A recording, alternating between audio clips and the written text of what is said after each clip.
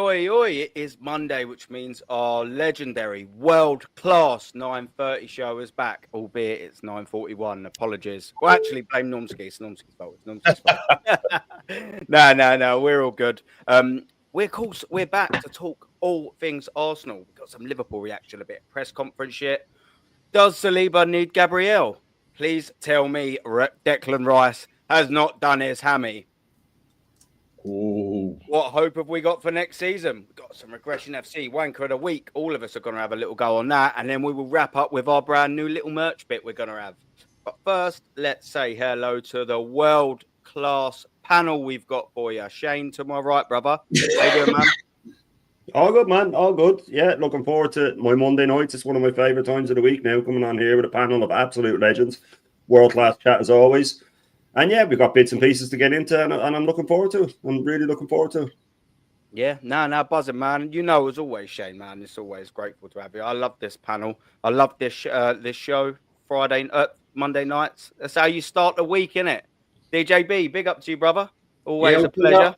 Big up Shane, Nomsky, Aaron. Monday nights, really look forward to it.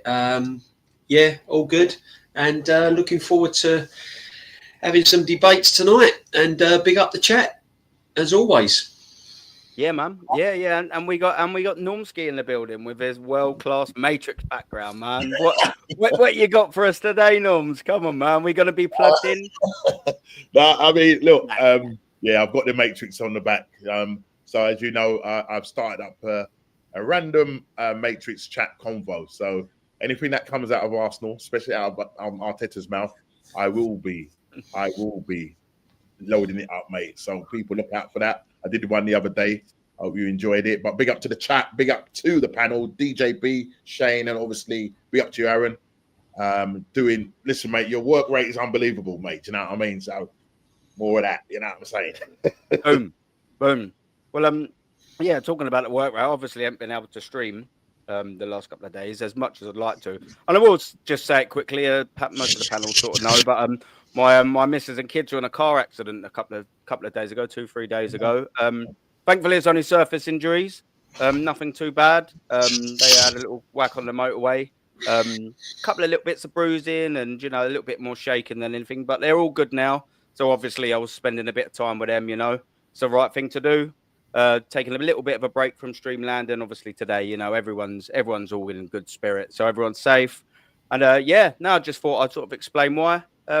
But yeah, now we're all good, and they're all good, and that's the main thing, man. Everyone's okay. But yeah, man. So let's get things kicked off, and I want to sort of start with this. And I actually started with this earlier on my show, yeah. But what I didn't have is 3 world-class panelists to share it with, and I want to wonder and just ask, why on earth people are getting the ump about this? Listen, man, I'll have my take, and then I want yours three. And I think we're all going to be quite synonymous in our takes on it. This is everything that is about English football, man. It's banter. It's banter. It's a bit of banter. If you take things like this away, you start taking bits and bits and bits of the English culture away from football. When I looked at this, I thought it was bloody hilarious. And even when I look at it now, I think it's double hilarious. It's just funny, isn't it? It's just hilarious. You take that out of football, then an English game loses something. But not all fans think that way. And I've seen a few fans have little mini meltdowns just because Liverpool took piss a little bit. It's banter, innit, boys? I don't really understand why everyone was getting so pissed off with this and not this. Why on earth did you let this overshadow this? Because this is a laugh. That is a fucking joke. An absolute joke. I'm going to come to you, Shane, because I don't know if you've had your live take on this yet. You may or may not have, but what are you thinking on this, man? It's a bit of fucking fun, innit? It's just a bit of banter, man. I didn't cover this on mine because I didn't really see it as news. What's the big deal? What's the difference between this and Lewis Skelly doing the Haaland celebration, really? What's the difference? Like, it's banter, man. You know what I mean? It's just taking a piss out of someone. That's what makes sport. And, when I start my morning show, I always do open with, look, I know it's early, but I'm an Irishman. Foul language will come out of my mouth sometimes, so if you don't really like that, then, you should, not in a smart way, but, don't watch because it will come out. It's banter, man, and that's what it's about. It's, if you don't like it, I mean, turn away. And how could you get offended by that? I mean, what on earth is there to get offended by? It's not true. every bit of it's true. If they were taking a pop at his wife and kids or something like that, then you go, all right, now you've gone too far. You know what I mean? But it's banter. And Arteta brings all this on himself. He's really unlikable. He says smarmy things. He took a shot at Liverpool after they won the league. Every bit of it brings it on himself. It's like we said about your man with the hair clippers singing about Lee. You know what I mean? If you put yourself out like that, you're putting yourself open for banter. That's the way it is. When we come on a screen, we're putting ourselves open for banter. That's the way it is. You can't just take the smooth and not take the rough. There's nothing wrong with that at all. And I'd be the first one to take pops at Liverpool. You know what I mean? They'd be over here, my rival team. But that's, you know, I had no problem. I laughed at it when I saw it. You know what I mean? If Arteta doesn't like it, then either leave or start winning stuff. That's how you do your talking on the pitch. Win a few trophies. And it doesn't happen. And you better believe that we'd be doing the same thing. And all the same people that are giving out about this will be loving it. They'd be putting it as their screensaver and they'd be doing all sorts of things. You know what I mean? It's a bit of banter. So what? There was some kid with a little cutout of Odegaard with the camera. Got fair play to him, man. He's going to grow up to be a decent lad by the looks of it. I have absolutely no problem with whoever gets offended by something like that. I mean, go live in a cave or something, honestly, because if life is that, if you get that offended in life, you know what I mean? You're just too soft. And I know people are able to get offended by things and people, fair enough, but there's bigger things to get offended by. You know what I mean? There's bigger things out there to get hurt by. Bloody little flag with always the bridesmaid, never the bride. Stop finishing second, and that won't happen. Put a rest to it yourself. You know, get rid of the banter yourself. To be honest with you, like I said, I didn't cover it because I just thought it's only during the day that it's blown up a bit with people on Twitter and stuff going, oh, it's a disgrace and it's this and it's that. Come on, man, really? You know what I mean? And now it's the same people that are saying, oh, we should have had a penalty and Robertson should have been sent off. And come on, man. It's just digging for excuses. Like you said, why did you concentrate on the guard of honour? That's what hurt me, not a bloody banner about a manager I don't like. You know what I mean? The guard of honour is the thing that hurt me. That hurt me. Not a bloody flag. Come on, man. You know what I mean? To be honest with you, Aaron, I kind of nothing it because if there's anyone out there that's getting offended by that, I don't want to know them anyway. That type of person, I'm not going to get along with. I'm not going to get along with them because they just be going, oh, you can't say that to me and you can't do that. Get out of here, man. Can't be dealing with it. Football is all about banter. Like you said, if you take it out of football, what are you left with, man? Volleyball or something like that, man. I don't want to watch that shit. You know what I mean? I want to watch football and I want to have banter and I want to wind my mates up and I want to send them silly little memes about their team when they mess up. That's what it's all about, man. There's no way I'm getting offended by that. No way. No, not having it. Yeah, no, facts, man. Yes, it's frustrating, DJB. Just the very fact that we all knew that this is just a bit of light-hearted banter, man. It's bloody hilarious. And I mean, let's face it, all these top gooners probably looked at that and probably went, ooh, hiding their little semis. Arteta with a cleavage. This is absolute porn 101 to these Arteta fans, isn't it? These top gooners. I mean, this is everything that they wished. Arteta in a cleavage. Come on, man. This is an absolute dream. Well, the real problem's here, isn't it, DJB? This is the real problem, bruv. I mean, this ain't good enough. How many more times? Twice under two managers. That's just with Liverpool. Yeah. I mean, for me, the banner, well, it's self-inflicted, isn't it? If you're not going to be professional enough and you're not going to be gracious enough and you're not going to say the right things when you've been defeated, if you're going to come out with stupid comments like we were the best team in Europe, if you're going to mock Liverpool's points tally to win the league, if you're going to be short with journalists and try to be funny and cocksure and all this sort of thing, you listen, you're going to be disliked. And, you know, Liverpool made that banner because it's true.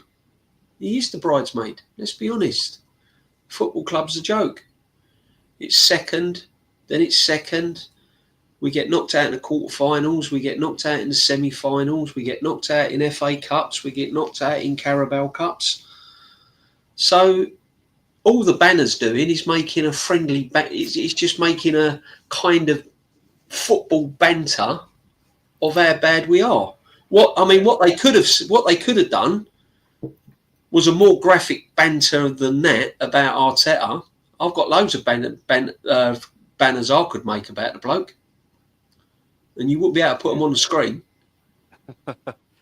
No, real talk. Honestly, you know that was that banner there. That was kind of in this modern day society, seeing him in a bridesmaid's dress I thought that was quite tame. I mean, you know, the language they could have used and what they could have used is anyone's guess. So I think we got off light with that banner, personally. Yeah. Did it offend me as an Arsenal fan? Not really. It was just highlighting what the bloke's all about. As for the Guard of Honour, listen, I think they deserved the Guard of Honour. I didn't like it. I don't like it because Arsenal have had to do it again. But I don't get high up on it. They deserve it at the end of the day. Any team that finishes, any teams that win the Premiership deserve respect, deserve the Guard of Honour. Whether you think the league was challenging, doesn't matter how many points they won it. The fact of the matter is this manager has walked in through the front door and he's gone out the back door with a trophy, and it's the Premier League trophy. And at the end of the day, he's been in the job 5 minutes with his football club. He hasn't spent the money. He's made one signing. Yeah. He's tweaked a few things. He got Salah playing. Van Dijk got his mojo back. He looked near enough what we all know Van Dijk's all about. And at the end of the day, as much as it sickens me and as much as it pains me, you have to do it. It just goes with the territory. If you know, and that's it. I mean, I heard like Skelly weren't clapping and things like that. Well, if he wasn't, then he's obviously shown his little bit of immaturity that he needs to be worked on, doesn't he? These are the young, you know, they're young players. At the end of the day, you know, they're the sort of things you have to work on. But as for the banner, I mean, listen, just get over it. I mean, what I've seen over the years being waved around football stadiums. Yeah, we've seen this, DJB. You know, yeah, exactly. You know, That's I mean, more offensive. That's more offensive. That's more, yeah. Well, at least the people behind it couldn't see the shit that was on the pitch, though. Let's be honest. I was more offended by that tifo, man. Honestly. Yeah, you know, I mean, this, at least, you know, they've put him in a nice bridesmaid's dress, which is in line with the modern. They put more effort into it, man. If you're into that, yeah, you know. There's no foul and abusive language on that banner. Exactly. You know, there's no gestures, there's no foul and abusive language. They've got their. I mean, whoever thought of it, fair play to them. I mean, that is quality. That is a quality banner. But as I said, the guy brings it on himself. Say the right things. Stop talking as if you're some sort of Alex Ferguson, Arsene Wenger, Pep Guardiola, and Ancelotti. You've won nothing. You've won an FA Cup that wasn't your team. Yeah? Shut the people up by going and winning something. If you can't, then you have to put up with it. Yeah. Say the right things. You know, it's to me, Aaron, I didn't find it offensive as an Arsenal fan. Nah, I'll be honest with you. Not at all. Like I said, that's the offence right there. That is it's just fact. Yeah, it's something you have to do. It's not nice. It isn't nice to see. It does wind you up being the opposition fan, but it's one of them things you have to do. They deserved it, and fair play to them. You know, what can you say? Yeah, that's it. Yeah, I'm gonna bring Normski in. What do you sort of think about it? We'll get Darren in afterwards when we round this up this little bit, but it's just a bit of friendly banter, is it not? Do you know what I mean? It's not no one, is it? Yeah, I mean, to be honest, the only time I really knew about this is when I was on the emergency stream with Lee, and it was brought to my attention that Igal was very upset about a guy with a beard and in a red dress. I think the main thing is that he caught the bouquet, so that's one thing. So he might become the guy. Better than Ryan. Yeah, but normally when they catch the bouquet, the following year they go and get married. But we'll see what happens there. But yeah, I mean, it's banter, and again, as everybody said on the panel today or tonight, he's brought it on himself. Yeah, massively. The club has brought it on himself because we are second place FC. We are always known as the bridesmaid. You know what I mean? We'll turn up at the church as the bride, and then we get to the altar and we go, you know what, I can't do this. Yeah. and you know, so that's what it is, and that's how we are perceived right now. That's why we are a banter club right now. We are back to being number one banter club. And then you talk about the actual Guard of Honour, and we should be upset about that. 5 years on, Yeah, 2020. I don't know if you can see that. I mean, I don't think you can see it with my camera, but if you can, sort of, it's not having it. I think it's not having it. But basically, essentially, what I'm trying to say here, and let me just do this right. What I'm trying to essentially say here is that when you go in 2020, that was 2020, yeah. Little young Alexander Trent Alexander, and then there's Firmino, there's Alex Oxlade-Chamberlain. Nobody in the stadium. That was 20 years on, yeah. 20 years on, 5 years on. That was in 2020. We're now in 2025, and we're doing the same thing yet again. When is it we're going to get it over the line, people? When are we going to get it over the line? And I'm just sick to death. And the sooner I see the back of this guy, do you know what I mean, the better. But we don't know what Berta's going to do. I think Shane sort of alluded to it on one of his streams a couple of days ago. Like, there's that hope that Berta will come in and sack this guy. So that's a little 5% hope that we have in our hearts that it might happen. It might not happen, because I think he's going to have to sort of see this one out in terms of, like, let's see what he's made of. Give him the players he wants, which people don't want to see happen. Give him enough rope to hang himself, or in my case, cheese white settings, and then we're good. You know what I mean? And we get Darren Sullivan to go and clear up. You know what I mean? Yeah, mate. He's definitely up for the job. I know that. Yeah. There's no messing around. Do you know what? It segues me nicely into Darren. Firstly, thank you very much for jumping on, my friend. Just obviously to wrap this little bit up, I'm going to take it from. Stop making sense. To be fair, he's in the chat. He's cool. But he's sort of saying the banter is accepted from small clubs, but not big clubs like Liverpool. And did go on to say slightly earlier in the chat, he says it's a bit of a low blow from Liverpool fans. They should be a little bit classier than that. What do you sort of reckon on that? Like I said, he's all right. Stop making sense, but I don't know. I totally disagree with him. I think it's just a bit of banter. It's what English football's all about, always has been, and I think it's just blown out of proportion by some Arsenal fans. To be fair, isn't it, mate?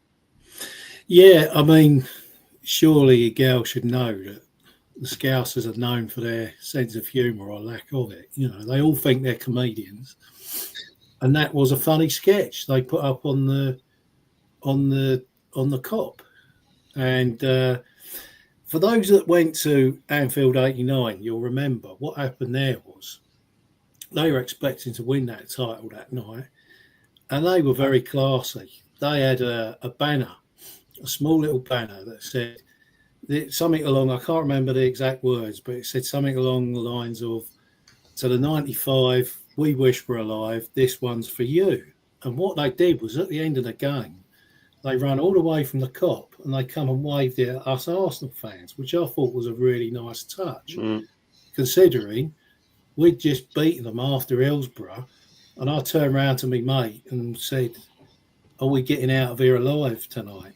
Because let's be honest, the Scousers have been known to put it on Arsenal and other fans in the past. So for Igel and others to turn around and say that Liverpool are out of order, they're not a classy club, they shouldn't be targeting Arteta, is an absolute nonsense. And fans like him, I wouldn't want to be sitting next to in the trenches away, coming out of a ground, if we just sneak to win and it's a dodgy place like Stoke City away, because we just got half a fan base of crybabies, and that's the fact of the matter. Yeah. It was a great slogan, as you've said, nothing offensive in it. And it was a great bit of banter by them. They've won the league. They deserve to win the league. And do you know what? I actually think, in a sick sort of way, some of these idiot fans actually enjoy having to go and do the Guard of Honour. It's like they enjoy being a victim. Yeah, they enjoy being one of Arteta's victims. They're in his little victims club. Oh, look, we've been beaten up again. We've got so far, but we've been done again. Oh, yeah, let us everybody feel sorry for us. It's just sickening to see. It really is. And absolutely summed it up, mate. You absolutely summed that up.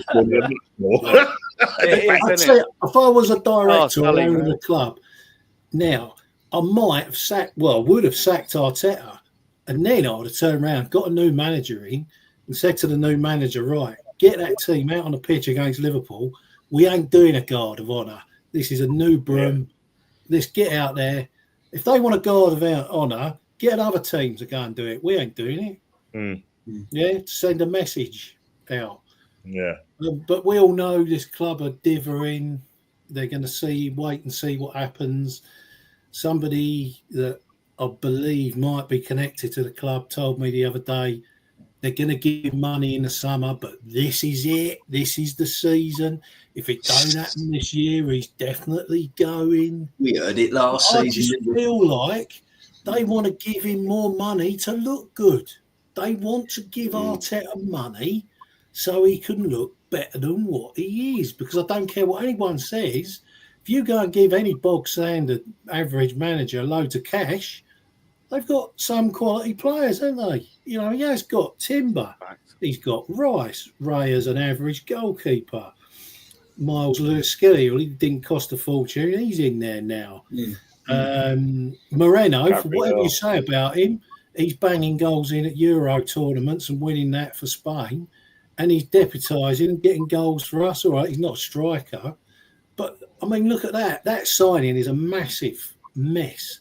It's Havertz Mark II because it's a player we've bought and we don't know where to play him. We don't know where his best position is. He ain't good enough in midfield, but he bangs a few goals in. So we've just bought a £40 million problem. Yeah.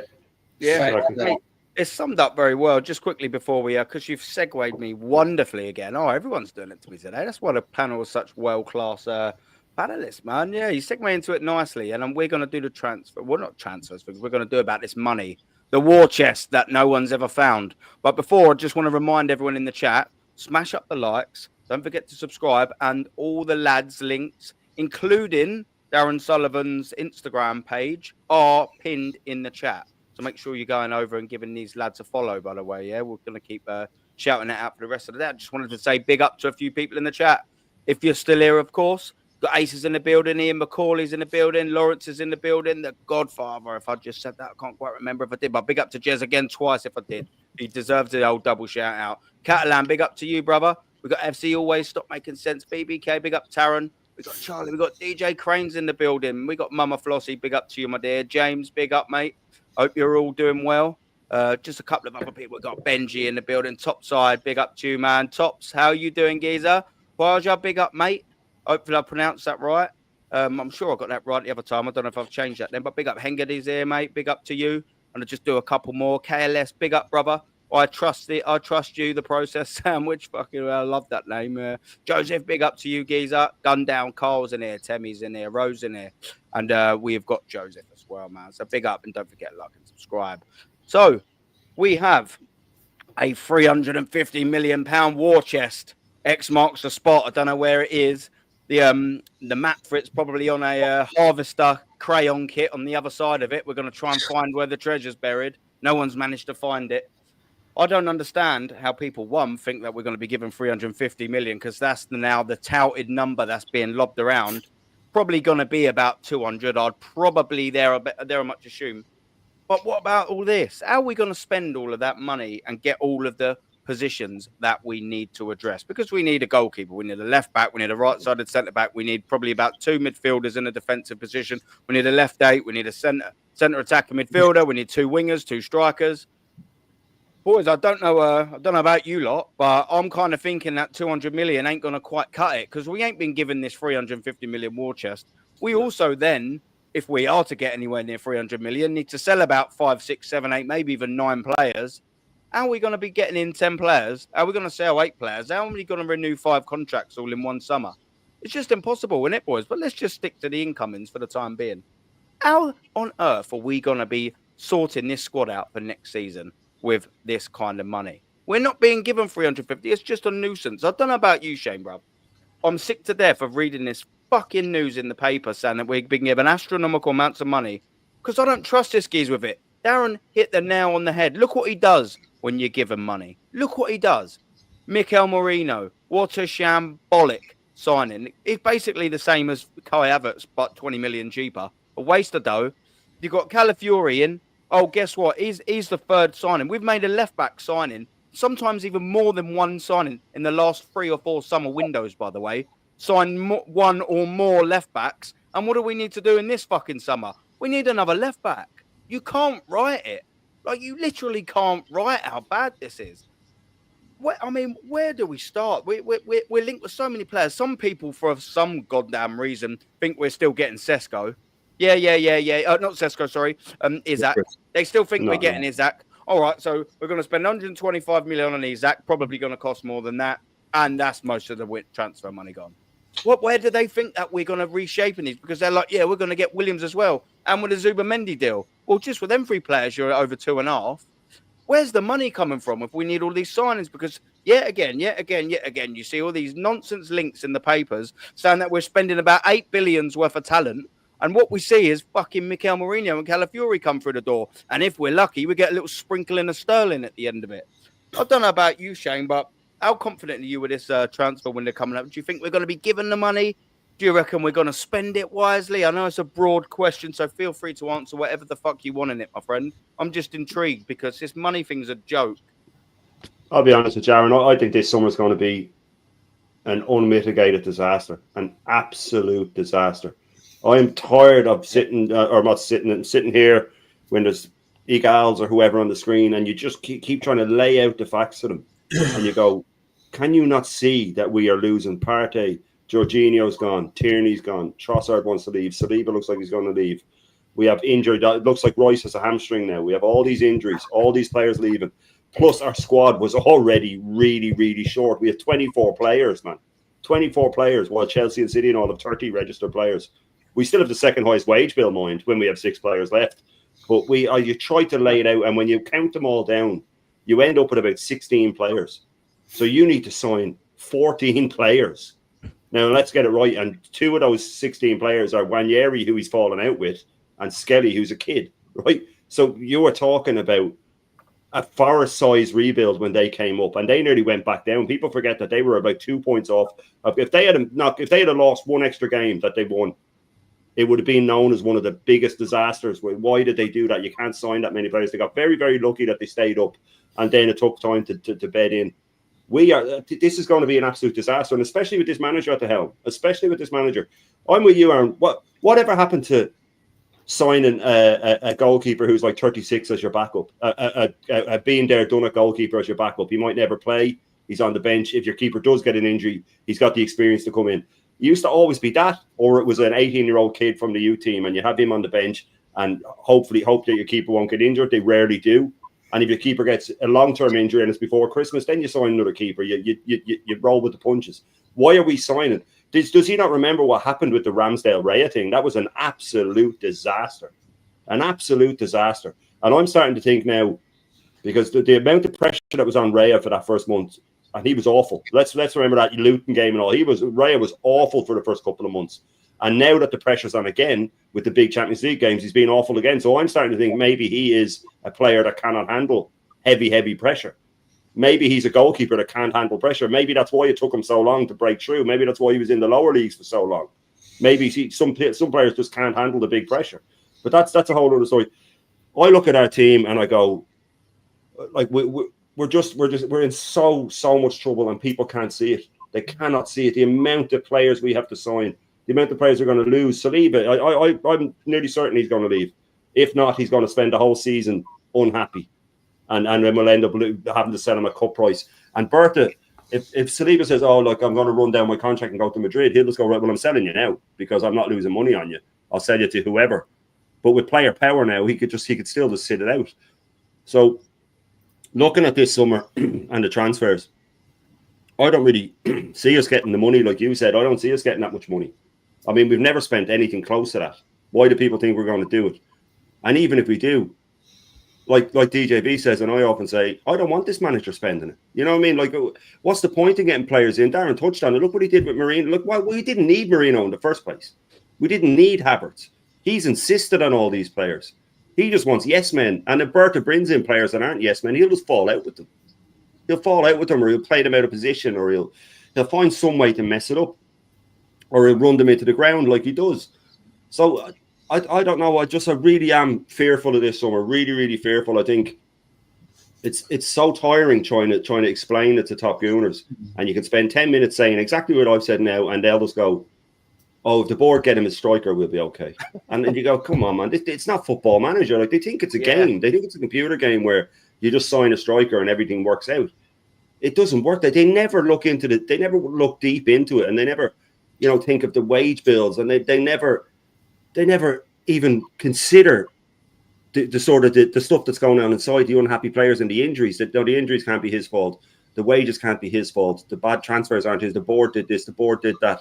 But like this is the thing they say now, and they just repeat it. Oh, they need to get him his striker.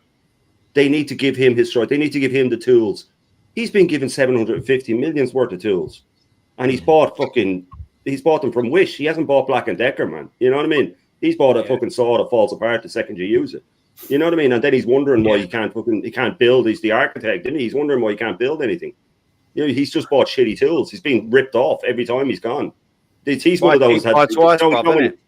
Yeah, but he's one of those people that when they go, "Oh yeah, your man said the salesman saw him coming." You know what I mean? That's what he is. He's one of them where they are just laughing their arse off on the other end of the phone, going, "Did he just say 60 million for Havertz?" Fucking hell, man. Yeah. Do it.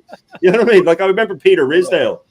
I think it was around Seth Johnson. Remember when Leeds were just buying everybody when they got in trouble? Then apparently Seth Johnson's agent said that he went in because Seth Johnson was at Derby, and he went in and it was like, okay, we'll go in and we'll sort of we'll hit them with, we'll say we want 40 grand, and we'll be able to get them down to 20 grand sort of thing. They went in and Peter Risdale just went, right, okay, we'll start at 60 grand. And your man was just like, fucking hell, take it. They were just throwing money at everybody. And that's what we're like. We're just throwing money. Like Zinchenko went up 7.5 times his wage. 7.5 times his wage. There was no need for that. His agent must have been going, sorry, did you say 150? You know what I mean? It must. Oh yeah. We'll take that. Jesus, we got away from here. But look, I thought it was 15 at first, didn't it, Shane? 15. Like, I mean, what 150?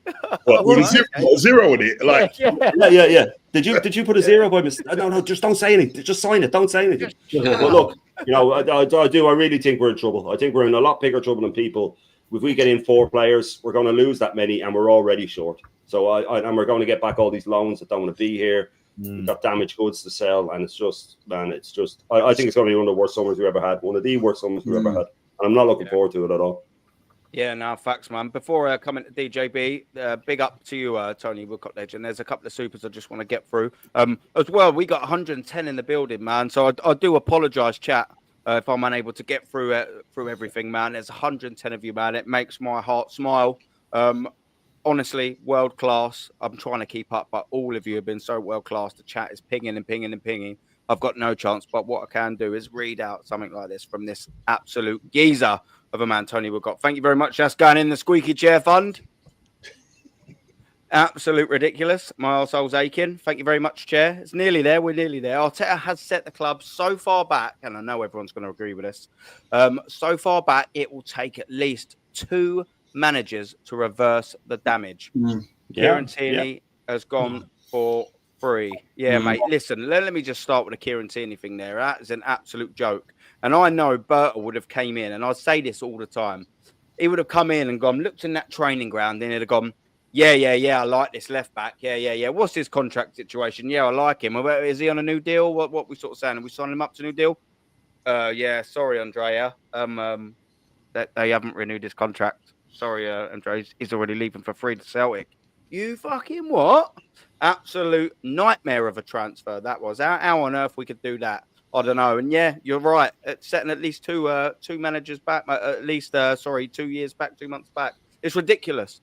Absolutely ridiculous. Just the very fact that if it's Arteta this year or a new manager, he's got to come in and do what Arteta done for 2 or 3 years. I've already done a show on it. Took him about 3.5 years to get rid of the vast majority of the crap. And we barely earned any money from it. In fact, we lost nearly 350 million quid. I've done it on my show already. Everything wrong with Arsenal. The stats are there. It's ridiculous. How are we going to get rid of all of these players, i.e. the Marinos? They're stuck on 130 grand a week. Calafiori's 120 grand a week. Zinchenko, 150. Havertz, 280. Jesus, 265. The list just goes on and on and on. You're absolutely right, mate. It's It's frustrating. And just while we're here, we're going to get this as well. Is that we have 10 plus on 100K a week. And you ain't wrong. Yeah, that's it. Plus, it's definitely a few more than that. And we can't don a trophy. Mate, it's not even that. We're nowhere near a trophy. Like, absolutely nowhere near a trophy. For people that are saying, and I will get into this in more depth because there's something I want to talk about. We're further away than we've ever been just because we got one more round in the Champions League. Masks being fucking embarrassed in the Carabao Cup. Masks being fucking embarrassed in the FA Cup in the third round by Manchester United, who had 10 men whilst we were at home. 15 points behind the league leaders. Come off it, man. Come off it, man. It's just not good enough. It's not good enough. I think Rye's been awful. He's always off his line. Listen, I'll tell you what, Lee Gunner gets a lot of bloody stick, especially I've seen him get a little bit of stick for one little prediction that he made. And it's still technically ain't even come true yet. But that geezer knows his shit. And he's been banging on about him being lobbed all season. All season. And I'll tell you what, I don't know how he hasn't been lobbed in double figures. I don't know how it's only been the once. Because, I mean, it's been coming and coming and coming. This, and I'll just take this just quickly, and then when we've got to move on, and there's a couple more. We'll get them in a little bit, so bear with us for 2 seconds because there's a couple that I want to carry on talking about literally in about 10 minutes. So I will get the others. Bring back Ramsdale. We're saying, Lawrence, big up to you, Lawrence, my absolute geezer. 10 times better than that prick Raya.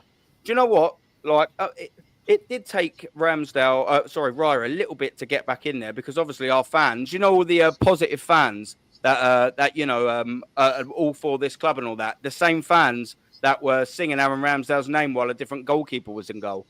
Them fans, what these world-class fans follow the team thick and thin. They're so supportive. But while their new man was in goal in between the sticks, they're singing another man's song. It's the same fans. It's ridiculous, mate. I've done about 10 times better than me, but I'll tell you what, Raya's been a little bit found out with his kick-in. I thought he was coming in to replace him for the kick-in. But I don't think he has. I think his footwork's been shambles. I think coupled with Arteta being found out by playing out from the back, I don't know. I've done about 10 times, but I don't think he's the upgrade we wanted. I don't know about you, Lawrence, there, but yeah, I mean, I expected a little bit more for the fucking kerfuffle that it made. Do you know what I mean? DJB, let's get back to transfers, and I'll get the other two supers in a sec. I just don't want to leave the panel wait for too long. Well, I mean, I say it quick at the start. It was the blind leading the blind as far as the transfers were concerned. It was Edu, glorified car boot salesman, leading a manager that's got no experience how to manage or transfer market. Hence, that's why we wasted a load of money at the start of this process. You know, I think Pablo Marie was his first signing. Says it all, doesn't it, really? Do you know what I mean?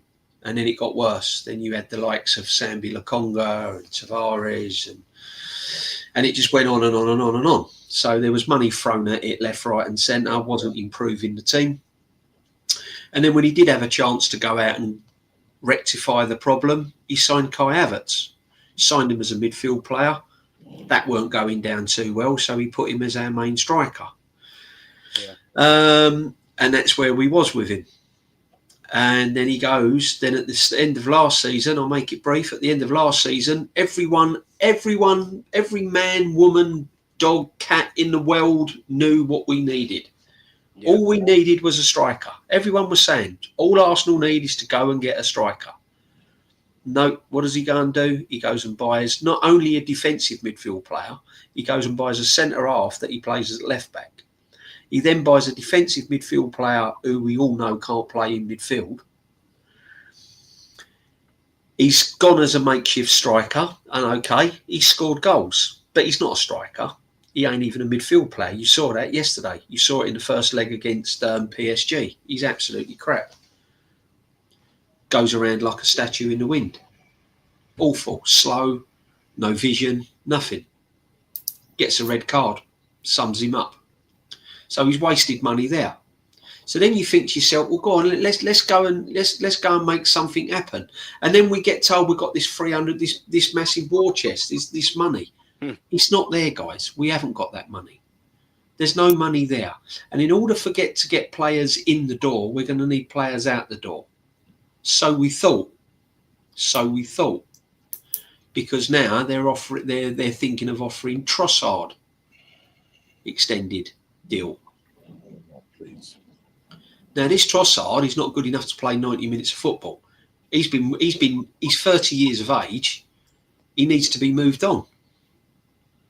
Your captain, not good enough, needs to be moved on. Martinelli, fallen off of a cliff, can't get on with this manager. The manager can't get the best out of him. Someone else will. Cash in on him, needs to be moved on. Then we might see a war chest. Then we might see players coming in through the door. But it ain't going to happen. I don't understand where they're all this coming from all over the channels and all over YouTube and channels during the day. We're going to sign this one. We're going to get this one. We've got all these millions of pounds to spend. Ornstein said this. This one said that. It's not happening, guys. It's not happening. What Berta will do, Berta will just give him enough rope to hang himself with. Yeah. And be honest, I'll be honest with you. As I said to Matty in Lee's stream earlier on, and Matty said it as well, I want him to have all the players he wants. Go and get 4 strikers. Go and get all the midfield players you want. Get every single player you want. So then there's no more excuses when we're back to where we are next season. Because this manager can have all what he wants. We ain't winning nothing with this guy here. And the more people realise that, the better. This manager will not win nothing no matter how much he's got to spend. So in a way, I hope he does get all the players. One, so everyone can turn around and say, right, no more excuses, no injuries, no red cards, no yellow cards. He's had all the signings. He's spent all the money. He's got your Goalkeepers. He's got your Seskos. He's got all your midfield players. He still hasn't won anything. See you later. And then secondly, when he walks out the door or gets the sack, the new manager coming in has got a nice squad to coach and manage. But listen, there's going to be no 300 and odd million pound. We'll probably make one more signing, probably 2. He'll probably sign another defender or another goalkeeper. He'll get a striker of some sort, whether that's Goalkeeper or not, I don't know, because Barcelona will be wanting to replace the striker.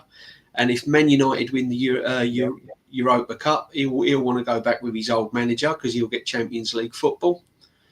So don't sort of put all your eggs in one basket for Goalkeeper. He'll probably end up with Sesko.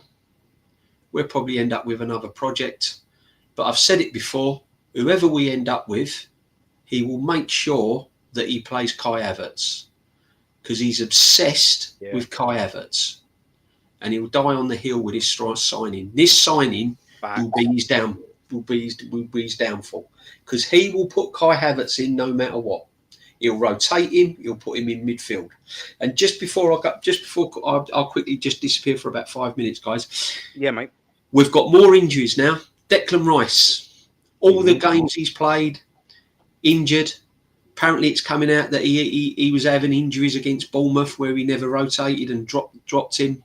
Yeah, he was feeling something against Bournemouth. Why did he play him? No one knows. Saka to me still looks off the pace. So there's all the injuries. There's all the players we've got to get rid of. And it's just, it is a mess. It's a mess, guys. It is an absolute mess. And I'm with Shane and everyone. I'm just fed up. I'm just sick to death with it, man. I'm just sick. Another hamstring at Rice, apparently, DJB. Yeah. Apparently, it's another hamstring. Well, again. Hold that thought. We will get to that. We will get to that. Oh, sorry. Hold that. No worries. We will get to that. But yeah, if you need to shoot, D, let me take you off the screen for 2 seconds there, mate. Now you're all good. Yeah. I will bring it back in 2 seconds. Yeah, Norms, man. So we're trying to find the old Arson's treasure. Yeah, I'm still looking. Let's be excited. Was it? Let's be excited. Get out of here, man. Look, let's be excited, mate. You excited, Norms? Are you excited? You look excited. You look like you can't wait till we get to the summer transfer window. You look buzzing with it. I tell you what, we are in trouble, man. When you lay the bare facts out and the work that Berta has to do this summer, as I said, you're talking about him having to sort out contracts. You've got players that are now we're hearing about, you know, Rice being injured. So you've got players that are going to be having surgeries. Yeah, Ben White, probably Timber. Now Rice.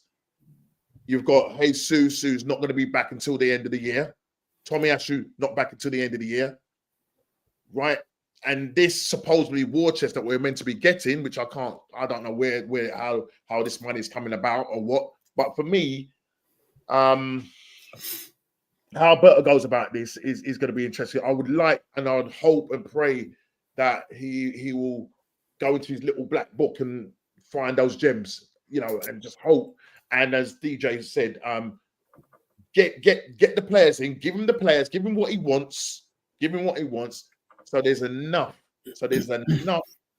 rope to hang this guy. Yeah, because you know, I'm looking at you kind of mentioned it already, Aaron. The players that we are likely to lose, and what kind of money are we going to get for them? You know, you got what's them going out on a free, Jorginho going on a free, possibly Partey. Still don't know. We're kind of very much up in the air about.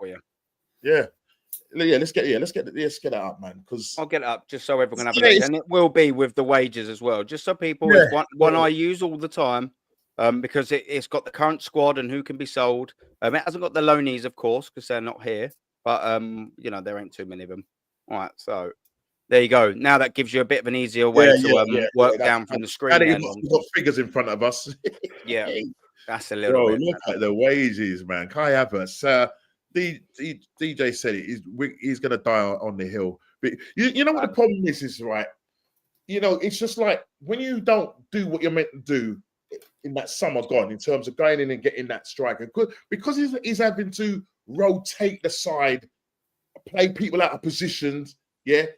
Once he runs them into the ground, because that's what he wants. He doesn't want guys that's just kind of play off the cuff. You must work according to our want. I mean, what's they put it? Schmeichel put it quite eloquently yesterday. You know, saying that this guy, you know, he's an actual controller, absolutely right down to the very millisecond. Yeah, you listen to me. Just how I want you to play.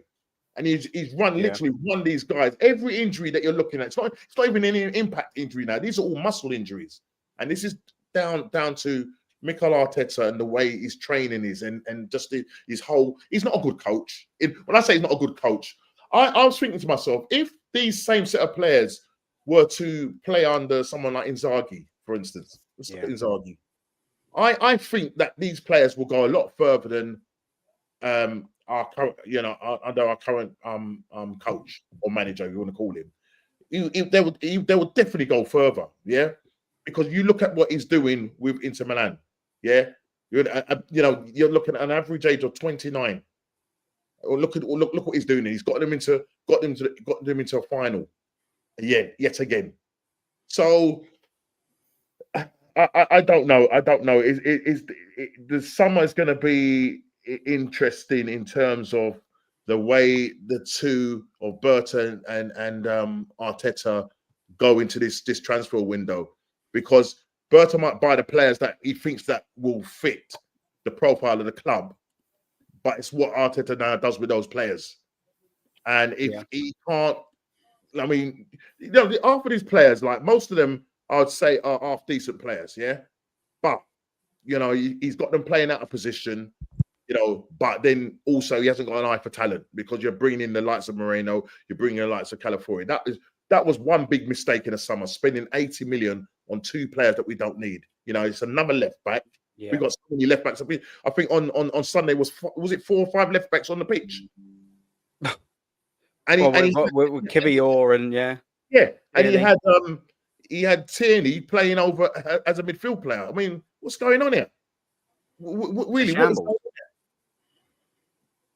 What I mean? Bro. It's a complete mess, and you hear the name Berta and you're thinking, we're going to do some things in the summer. We're linked with this player, we're linked with that player, but I think we might just be cut down to size, and we might not get the summer that we think we're going to get. You know what I mean? And Thanks. Just to see what happens. So it could be another disappointing summer, unfortunately. Yeah, Is a great take, Norms, from Madupe, all the way from NYC. Our girl, and she's saying thank you very much as well for the squeaker chair donation. We will get a new one. Thank you very much. You're too generous, my girl. I honestly don't have faith in Berta. So it's quite nice, this take, because that's it. It's a statement, but I like it. In my opinion, she's saying it's another big name upstairs to calm the fan base. Same old story. Now I want to run with that because I think she's got a good point here. Yeah. Now look, one thing I will say is, Berta has came in with a CV, so he's significantly more chance than the players that were than the upstairs that we were bringing in. I.e., what's his name, Vinay Venkatesham. We had what's his name, the old cigar smoking geezer. What's his name? From Barcelona. I can't think what his name is out of my head. What's his name in? The different not geezer. Yeah, you had Sven Mislintat, but no, you had the other geezer. His name's gone out my head. But a lot of them coming in and they're bankers and things like that. They're not even football men. Whereas one thing I will say is Berta does have a CV. But it also has to be worth saying. And the point that she's making that's Sven Mislintat. Sanelli, that's the one. I couldn't come out my mouth. It couldn't. But this Berta is a football man, and I think the signings that he's sort of made or been a part of do speak for himself. But I can see why you're saying it, because how many times throughout the years have we just spent money and hired all of these directors and all of these, football men that are getting all these different roles? We're giving them chance after chance after chance, money after money after money, and when they're not doing anything. So I don't blame you for saying that, Madupe, either. Like it could just be like a little ploy. I get it, to keep the fan base quiet. Pretty much like the Zubimendi signing was straight after a Liverpool draw. Oh, it's a crap Liverpool draw, but I tell you what, Zubimendi's in there now, or the PSG exit. Sorry, it's strategic, isn't it? That's what it is. It's just all strategy. It's the same. I can see why you're a bit fed up. What do you reckon? I mean, I don't see Berta as a yes man, and with the owners bringing in this kind of character, I think if they wanted to still carry on down that same road, they would have probably gone for a Riziki. You know what I mean? Someone that's will easily conform to the club and be one of Arteta's friend.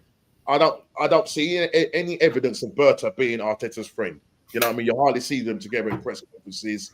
Do you know what I mean? And when he's addressed about the signings or possible signings that we're going to be looking at, he just says, well, yeah, you just need to talk to Berta and the hierarchy. They're the ones that are dealing with. Whereas in the past, he was really like, well, I can't talk about the player, but and you can see he's like rubbing shoulders with Edu. Now, obviously, Edu is now gone. It'd be interesting to hear what he's got to say when his memoirs comes out in July or whenever it is. I'd love to know why he ended up walking. Something happened why he did not, whether they agreed on possible targets and, Arteta wanted to go that run.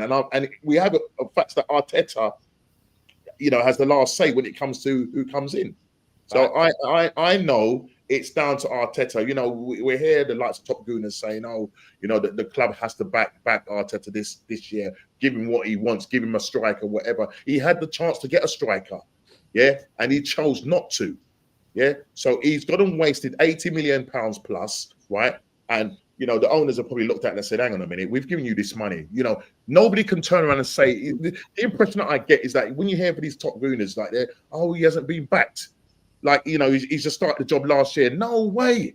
This guy's been backed. He's the most backed Arsenal manager in history. 750 million, surely.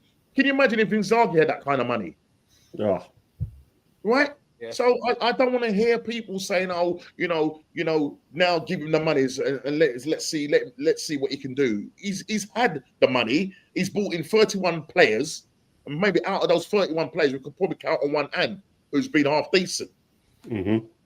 All right. So I don't want to hear. I don't want to hear. So I understand Madupu, if that's our pronounce your name. Yeah, I hear what you're saying, because it's still almost that thing of, well, look, here we go again. It's going to be the same old. But I don't think the owners would have brought in this guy just for him to come in and be conformed to the way. He's into ruffle feathers, mate. He's definitely been.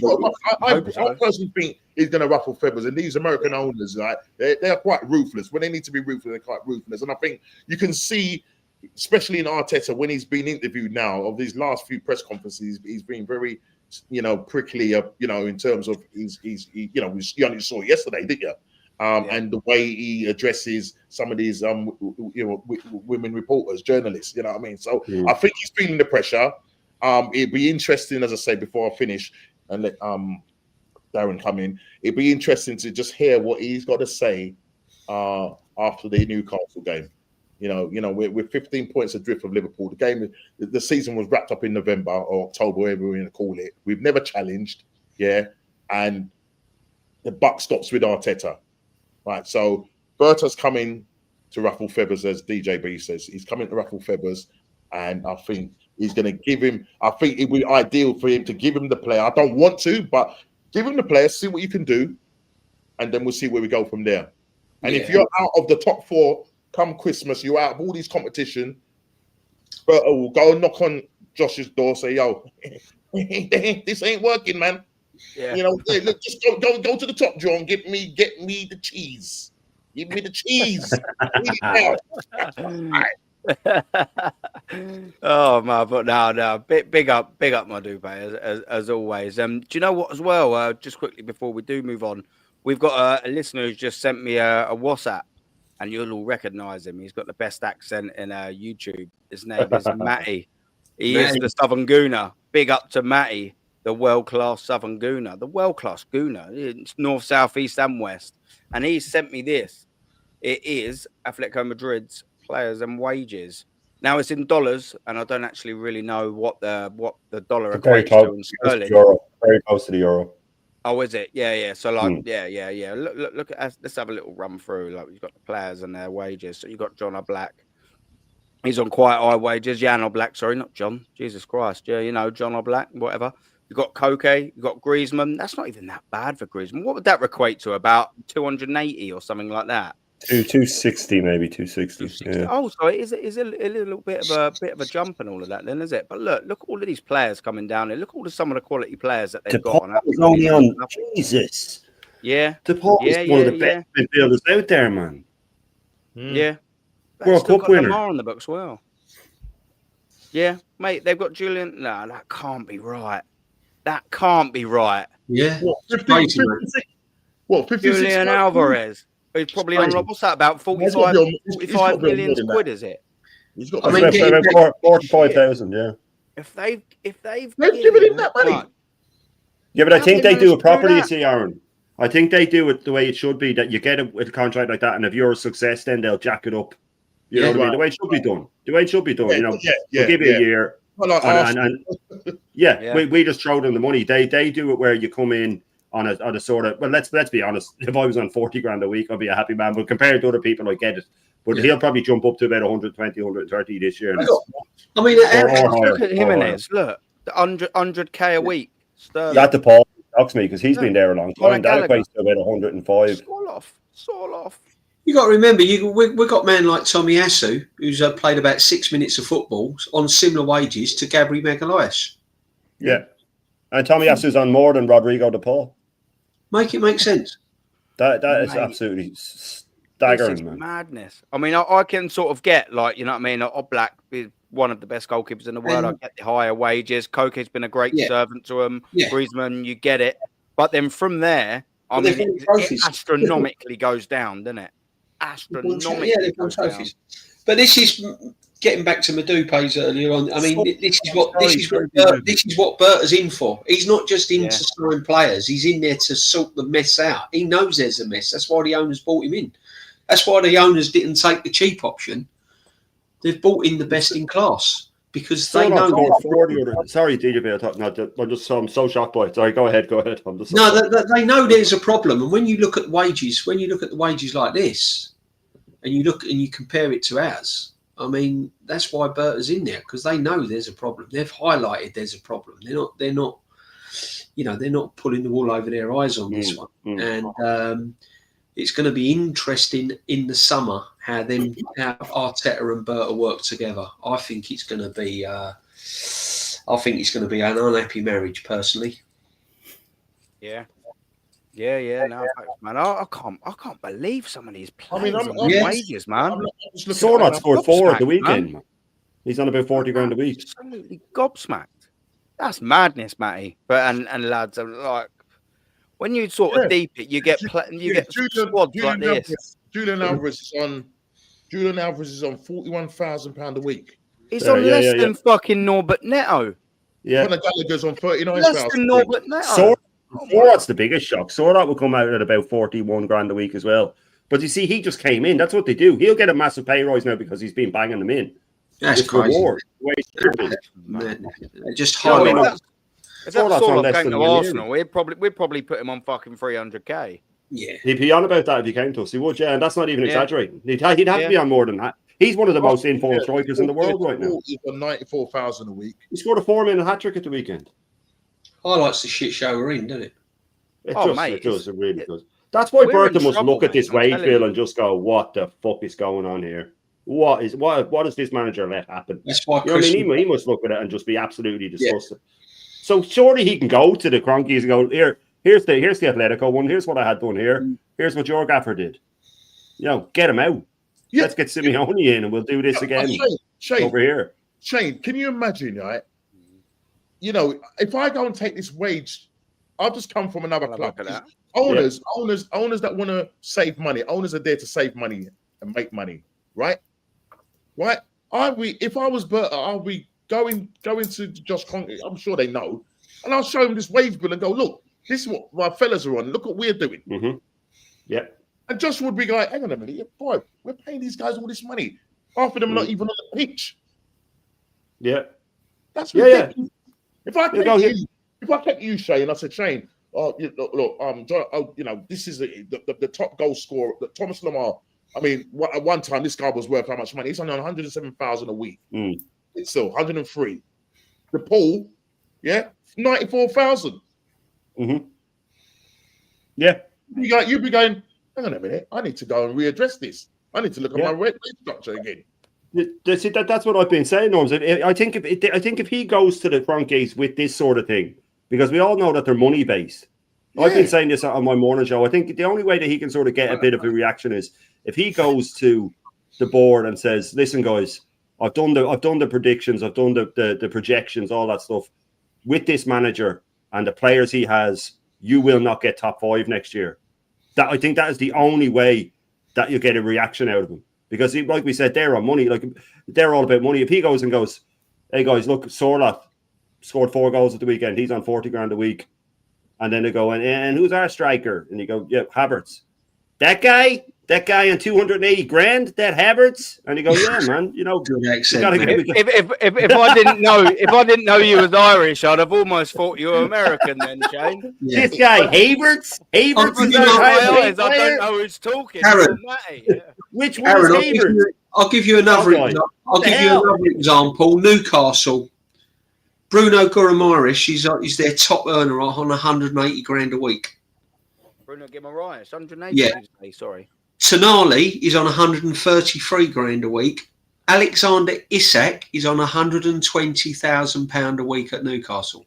Let that sink in, people. We've got Kai Havertz on over double than him. 25 goals a season. Oh no, sorry, 9 goals a season. More than double. More than double. Yeah. Isak. Sorry. 280 grand, and yet Alexander Isak is on 120 grand, right? Anthony Gordon is on 93 grand. And what's Martinelli on? 93, 180. Yeah, right. Mad. It gets better than that. This is just looking at Newcastle. Kieran Trippier 100 grand. Harvey Barnes 120 grand. But Tonali, their creative midfield player, 133. Alexander Isak 120. Bruno 180. Declan Rice is on 200 and crazy money, right? Newcastle could finish runners up, and they've won a trophy, ladies and gents. And yet we are paying people like Kai Havertz 280 grand a week. You've already said it. Here we go. I'm a little bit overdue on this.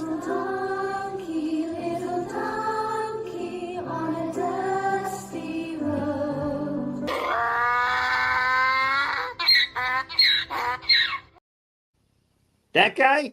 Yeah, Yeah, it's just unbelievable, isn't it? You couldn't write it, did you? Sucked back into the Matrix right after that.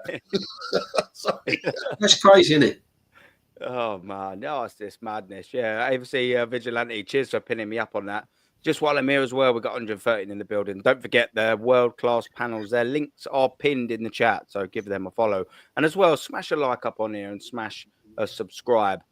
Just quickly, I've got a super chat from our geezer Lawrence, our fridge freezer Lawrence.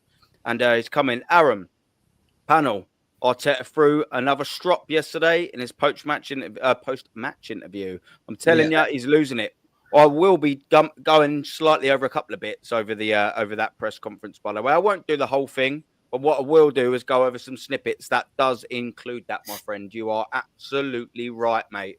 And again, Lawrence is coming back in. He's funding the stream, our Lawrence, man. He's so desperate to desperate to help with the old squeaky chair. He is, our Lawrence. What a gentleman. I'm tired of hearing fans saying, give him one more fucking year to turn things around. How many more years do we have to give this clown until people realise he is a fraud? Hopefully I said it the way you wrote it there, my friend. I had added another little adjective in there for you. I hope you don't mind, Lawrence. But yeah, look, it's a fantastic point. How much longer do we sort of wait, you know? You're getting tired of the fans say one more year. The thing is what they've done is they done that last year and the year before. And then what they say, you just got to give him time. Yeah, well, it'll be another year. You know, summer, give him this and give him that. It doesn't ever stop. It's just going to be constantly going around because guess what? Next year will turn into next year. Then next year will turn into next year. It's just going to be the same. That's why the title that I've sort of put in there on this stream, you know, is this disastrous season. Sorry. Copy and paste 25-26. Yeah. Yeah, I can see it being a copy and paste of next year, of this year. What's going to be different? We've got the same manager who's probably going to play the same shit crap tactics that have been regressing all year.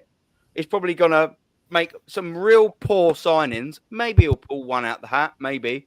I hope Berta will change that. I really do. But, you know, we got Zubimendi's coming in. And whilst, Berta must have give the old green tick on it, to be fair, at the same sort of thing, that's still a Mikel Arteta player. Arteta player. So I don't know whether that was done ages ago. Pretty much what Shane was saying. I don't know whether that was off stream or just on. I can't quite remember which one, but maybe that was done and it's just been brought through now. I mean, that's worrying if it's not. If Berta and that just going, it's Arteta's man, then all right, you have him. That's worrying. That's a whole nother thing. But it's got to be a catalyst for change, as even Gazidis said all them years ago. A catalyst for change. Something has to be different, Lawrence, my brother. Otherwise, we're all all of us are going to be in this exact same position. We are going to be sat here on this world-class Monday night panel and show saying the same thing on the 12th of May, 2026, going, where did it all go wrong? We'll just be back here. Do you know what I mean? Copy and paste. What do I say? Bill Murray settings. Groundhog Day. Got you, babe. Smash the fucking alarm. Oh, God, we've woke up again. It's the same fucking thing. Round and round and round and round and round and round we go. Banter, Silver, big up. But Lawrence as well, my brother. Big up to you, my friend. Greatly appreciated, honestly. Thank you very much, my man. And Vanta Silver's come in. Big up to you, Vanta, brother. Looking at our wage structure, just fold the club. I'll get it back up just for you, my friend. Yeah. Fold the club. Fold the club, Kai Havertz, 280. Fold the club, Gabriel Jesus, 265. Fold the club, Odegaard, 240. Fold the club, Martinelli, 180. Fold the club, Zinchenko, 150. Fold the club, Marino, 130. Fold the club, Calafiori, 120. Fold the club, 110 on Jorginho. Fold the club on Tomiyasu, 100. Fold the bloody club on Kivior. Fold the club on Neto. Sorry, I should have said it, 50k a week. What are we doing here, bro? Do you know what's just come to me, Aaron? Do you know what's just hit me? That Havertz is on the same as Sorloth, Isak, and Rodrigo de Paul combined. Yeah. You know what the other play that, Shane? Yeah. Jesus. You know what the other problem is as well? Players like Timber, people that have performed well, Saliba, you know, to a degree, but like Mangalese, they're gonna want a pay increase. Yeah. Because Timber's on 90,000 at the moment. So this is where we're gonna have the problem. Because they're probably secretly looking at it and thinking, look at this guy, he's kind of in a barn door. Now he's injured and he's getting all this money. So tell me, how can we keep Gabby, get Magalhaes then if a Saudi club comes in for him? If a Saudi club comes in, He's 80 gone. million plus is gone. Big up Get for us. real. Get real. Telling you. This is the reality. There's going to be some casualties this summer. You've got to get over it. There's going to be some casualties this summer. And I've heard fans say, oh, that'd be it for me. That'd be it for me. That'd be the final nail in the coffin.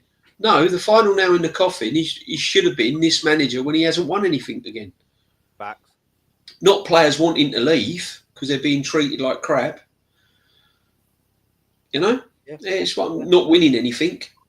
Seeing players that's kicked a ball for 6 minutes on the same wages as you ain't going to hang around. Why would you?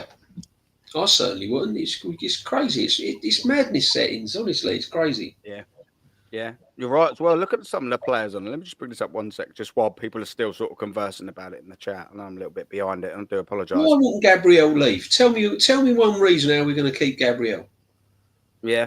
I mean, 100%. He needs a massive pay rise. The geezer's on 100. Lever, might have been on about Gabby Martinelli, to be fair. Well, I mean, both of the Gabbies, to be fair. So Gabriel Jesus and Martinelli.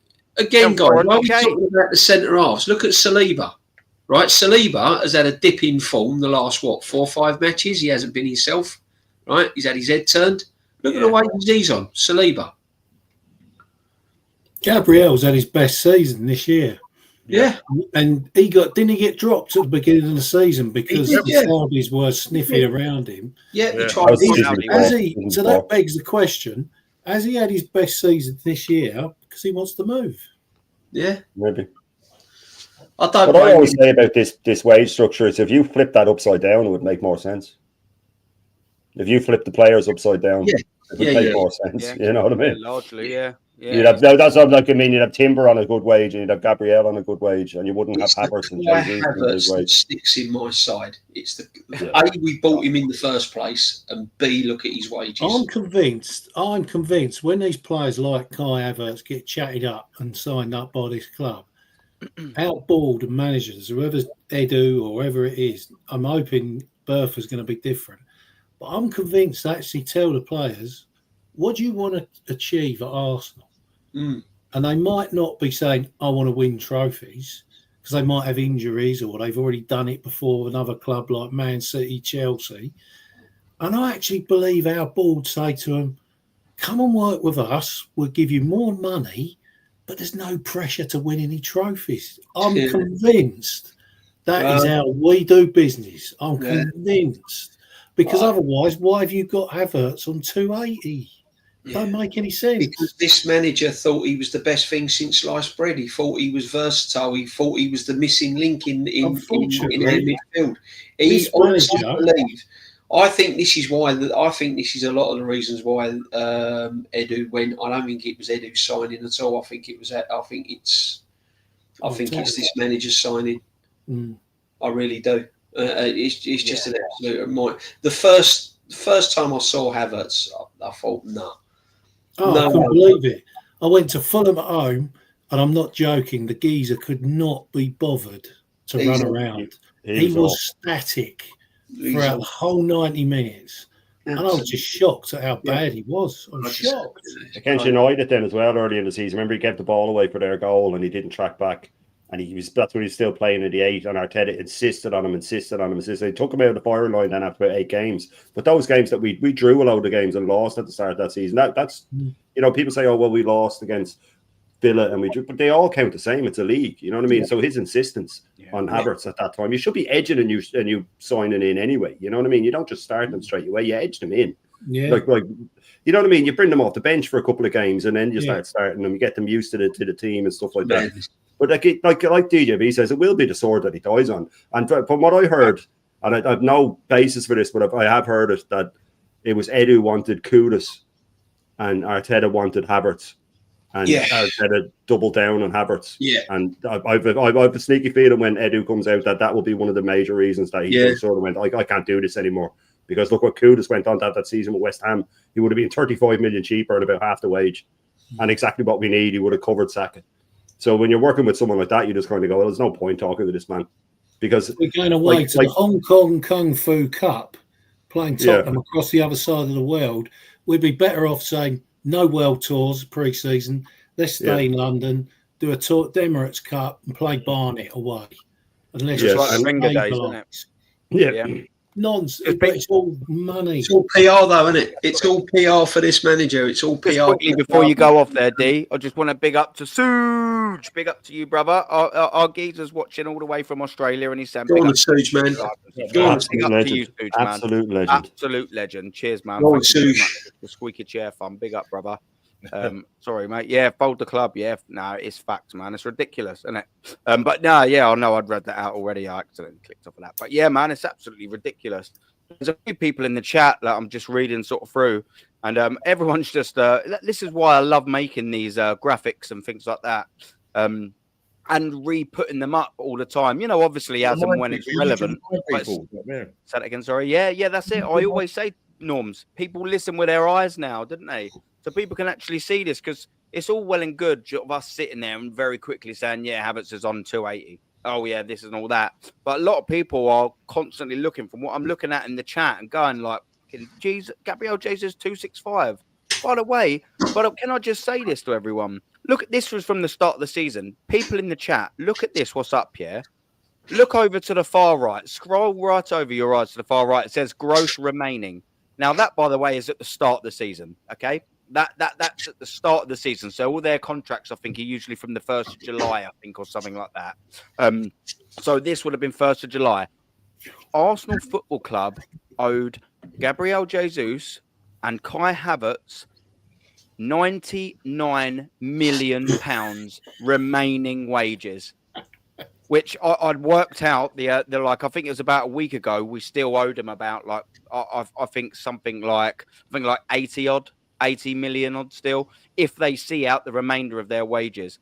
Now, Gabriel Jesus has got, well, I think his contract runs out in 27. By the way, people, he's not back until November this year, and he's not going to be match fit until December. So he's probably going to be knocking around the 2026 mark. He'll have 1 year left and 1 year and a half left on his deal. Is he going nowhere? Is he bollocks on 265? We'll have to rip that contract up. So, I mean, we have to rip that contract up or get lucky that Saudi come in and save us, rescue us. Because, I mean, look at the Kai Havertz one. He's got 4 years left on his deal, 3.5 now, you know, nearly 3. I mean, is he going to be letting go of 280 anytime soon? Not even Saudi want him. But see, Aaron, if you rip the contract up, you still have to pay them off. You still have to pay them off. Yeah. Or you can't just, you still have to pay what they're owed. Yeah, I mean, there'd be some negotiating in that. You would have to pay him 100 because it has to be mutual. It has to be mutual. Oh, 100%. Have we all got a Chelsea pensioner lined up for our transfer league now? In my sweepstake, I've got Ben Chilwell at left back on the 31st of August on 150,000 a year. How does that grab you? It stinks of Chelsea pensioner, Ben Chilwell, 31st of August, midnight transfer coming in at the Emirates at left back, Ben Chilwell, and he'll be injured as well. Yeah. Do you know what? That's such a good shout. It's going to happen, isn't it? That is going to happen. Why are we after Tyreek Mitchell? I don't understand. Aaron said it first. Yeah, I agree, Shane. Tyreek Mitchell is free. He doesn't invert. Yeah, that's madness, man. I think, Ryan, if that's what you're saying, exactly. Yeah, that's what their remaining thing is. That's the start of this year, brother. This season, yeah, that's madness. People listen with their eyes. Do these top gooners look at this? You know, I wonder if they do. They don't play Arteta though. They play the board mostly. When we bought Kai Havertz, right, from Chelsea, right? Here we go. Last season, how many goals did he score? Can you remember? Was it about 9 goals? Sorry? Yeah. Was it about 9 goals? Yeah. But he was on 140,000 a week at Chelsea, and we said, Kai, you got 9 goals, bro. We're going to double your wages. And what was his first interview? When he got interviewed, he said, "It's a family here, man." Family. Oh, here comes. So, what was it, Shane? We always say, and you always say it a lot when he goes after that press conference, and he's like, "I see the family, the ones there I haven't seen in a while, whatever it was," and he starts naming all the names. That was Normski. Normski said that. Yeah, was yeah, it Normski? Was it Normski, apologies yeah, then? Yeah. Sorry, Norms. Yeah, and he commented, he's like, and I realised I have a family. Oh dear, man! Just quickly as well, Stan the man. He's listening from his holiday in Dominican Republic. 1, have a good holiday. 2, thank you for the watch. 3, don't you piss that missus off, my friend. Honestly, if you're on holiday, I appreciate the listen, but you know, show some get your priorities right, mate. I mean, love for the listen. Honestly, that is mad respect, my brother. But you know, if she's starting to get a little bit happy, come on, you need to put. I'll be getting worried if you're watching this while you're on holiday with a missus. Unless she looks like someone like Arteta in a bridesmaid dress. Yeah, man. But send my love to the missus and all of that, and big up, man. Big up. Pay her some attention. But no, big up, absolutely for your watcher, rare thinker. Yeah, one of them's going to be going. We'll get into a little bit of that in a minute. Just got this to quickly read, and then we'll carry on. Big up to Banter again, man. Big up to you, brother. That's why they're pushing merch to balance this, mate. Yeah, don't worry as well. I don't know if you was in the chat or not. We will when we close up, and we're not ready to do that yet. But we've got a nice little merch segment coming up and all of that. Yeah, we're looking forward to that. But you're absolutely right with the point that you're making, bud. Merch. They are pushing it. Honestly, trouble is, Venter. That shop will be banging out all summer long. That shop will have queues hanging out of it. This is the problem. This is the problem you face. We are the minority. This club will sell merch no matter what. I was down there last Wednesday before the PSG game, and I'm not joking. There was a coach load of about 30 just got wheeled in whilst I was there. Where from? Really? I don't know. They weren't British people, but they just got wheeled in, and it weren't empty. Vista Village settings, isn't it? Busy. It's like a museum. You have to get walked through it in a certain way. Like, you know what I mean? You can only go in one door. It's like a museum because they just want you to go past everything and buy pick stuff. I went doing my missus used to put them down. We're not buying them. You have to stop. You get like a little mannequin of the 89 collection. You have to press a button. This is the 89 collection. You have to stand and listen to it. This is the heritage collection. Isn't it? Yeah, fuck off. Yeah, just wheeled out and all the crap. We'll be seeing some absolute mess of a merch. Don't worry about that. Yeah, man. Norms, if you need to switch back over to your phone, yep, no worries, mate. I will. Yeah. Catch you in a second, my brother. I'll just remove you there for 2 seconds, mate, so you can sort it all out. Big up to Norms. He will be back in a second. Our legendary Norms. Whilst we are doing that, let me just say hello to a couple of people in the chat. It's been so hard again. I'm really sorry, everyone. It's been pinging, and I'm happy with that. Absolutely buzzing with that. Southern Goon and Matt is saying, this is a fantastic point. I thought I'd start it, but I didn't. The mess they thought Arteta cleaned up is the mess Berta will actually have to clean up this summer. That is the point right there. It is a jigsaw puzzle. The shop could actually sell merch. They could have a jigsaw puzzle on Arteta's formation of the squad. The fan buys it, and then you've got to put the players in, goalkeeper. But they don't actually fit. You have to squeeze them in. Yeah. They could knock them out as a bit of merch, as a club jigsaw puzzle for about $49.99, I reckon. Yeah. Oh, mate, and they'd buy it. Yeah, only in this fan base that they think things are too cheap. They're like, oh, what, $49.99? I'll give you $59.99 for it. Every jigsaw will have one piece missing, so you can never finish the process, man. You know what I mean? It's forever not finished. It's the trophy bit, isn't it? Yeah. That's the trophy bit. The last bit, it's not in the box. Yeah, that's funny, man. Yeah, that's fucking funny. Yeah, I'll give you that. It's not a shock, is it, man? Your chat moves too quick for you to grab chats, man. It's difficult, bruv. If this were a 10K sub channel, the chat would be flying, mate. Look, I know, mate. Like, I think a lot of things move too quick for me. I'm not, do you know what I mean? 100% able to catch it, man. Like, I think that we got 115 in the building across the 2 channels, and it's just been going bang, bang, bang, bang. The problem is as well is what I have. I like to always put graphics up on the screen, like things like this, especially when I'm sharing the screen. I have to go out the web browser. So once I'm looking through that and scrolling down and things, I can't see anything. So I'm even more behind. It is what it is. But I always say people listen with their eyes. So it's just really hard to negotiate when people are talking and things like that. between the blink of an eye, you're 15 minutes behind, 20. Do you know what I mean? It's bloody hard to keep up, but I mean, yes, it's going to be even more when we get to 10K, and we will get there with all of your help, man. But big up, yeah. No, big up to you, and big up to you, Dio, man. You're always in here, man. Respect you. I'll see you going in other people's chats as well. You're an absolute geezer. I mentioned this earlier, everyone, and I wanted to sort of save a little specific bit for it, but here we go. This ain't too great, is it? Declan Rice missed a trip to Liverpool on Sunday with a muscular issue believed to be a hamstring strain. It's understood Rice is recovering, and while there is I hope that the injury is not too serious, club limits will not take any unnecessary risks with the player. It's on another website.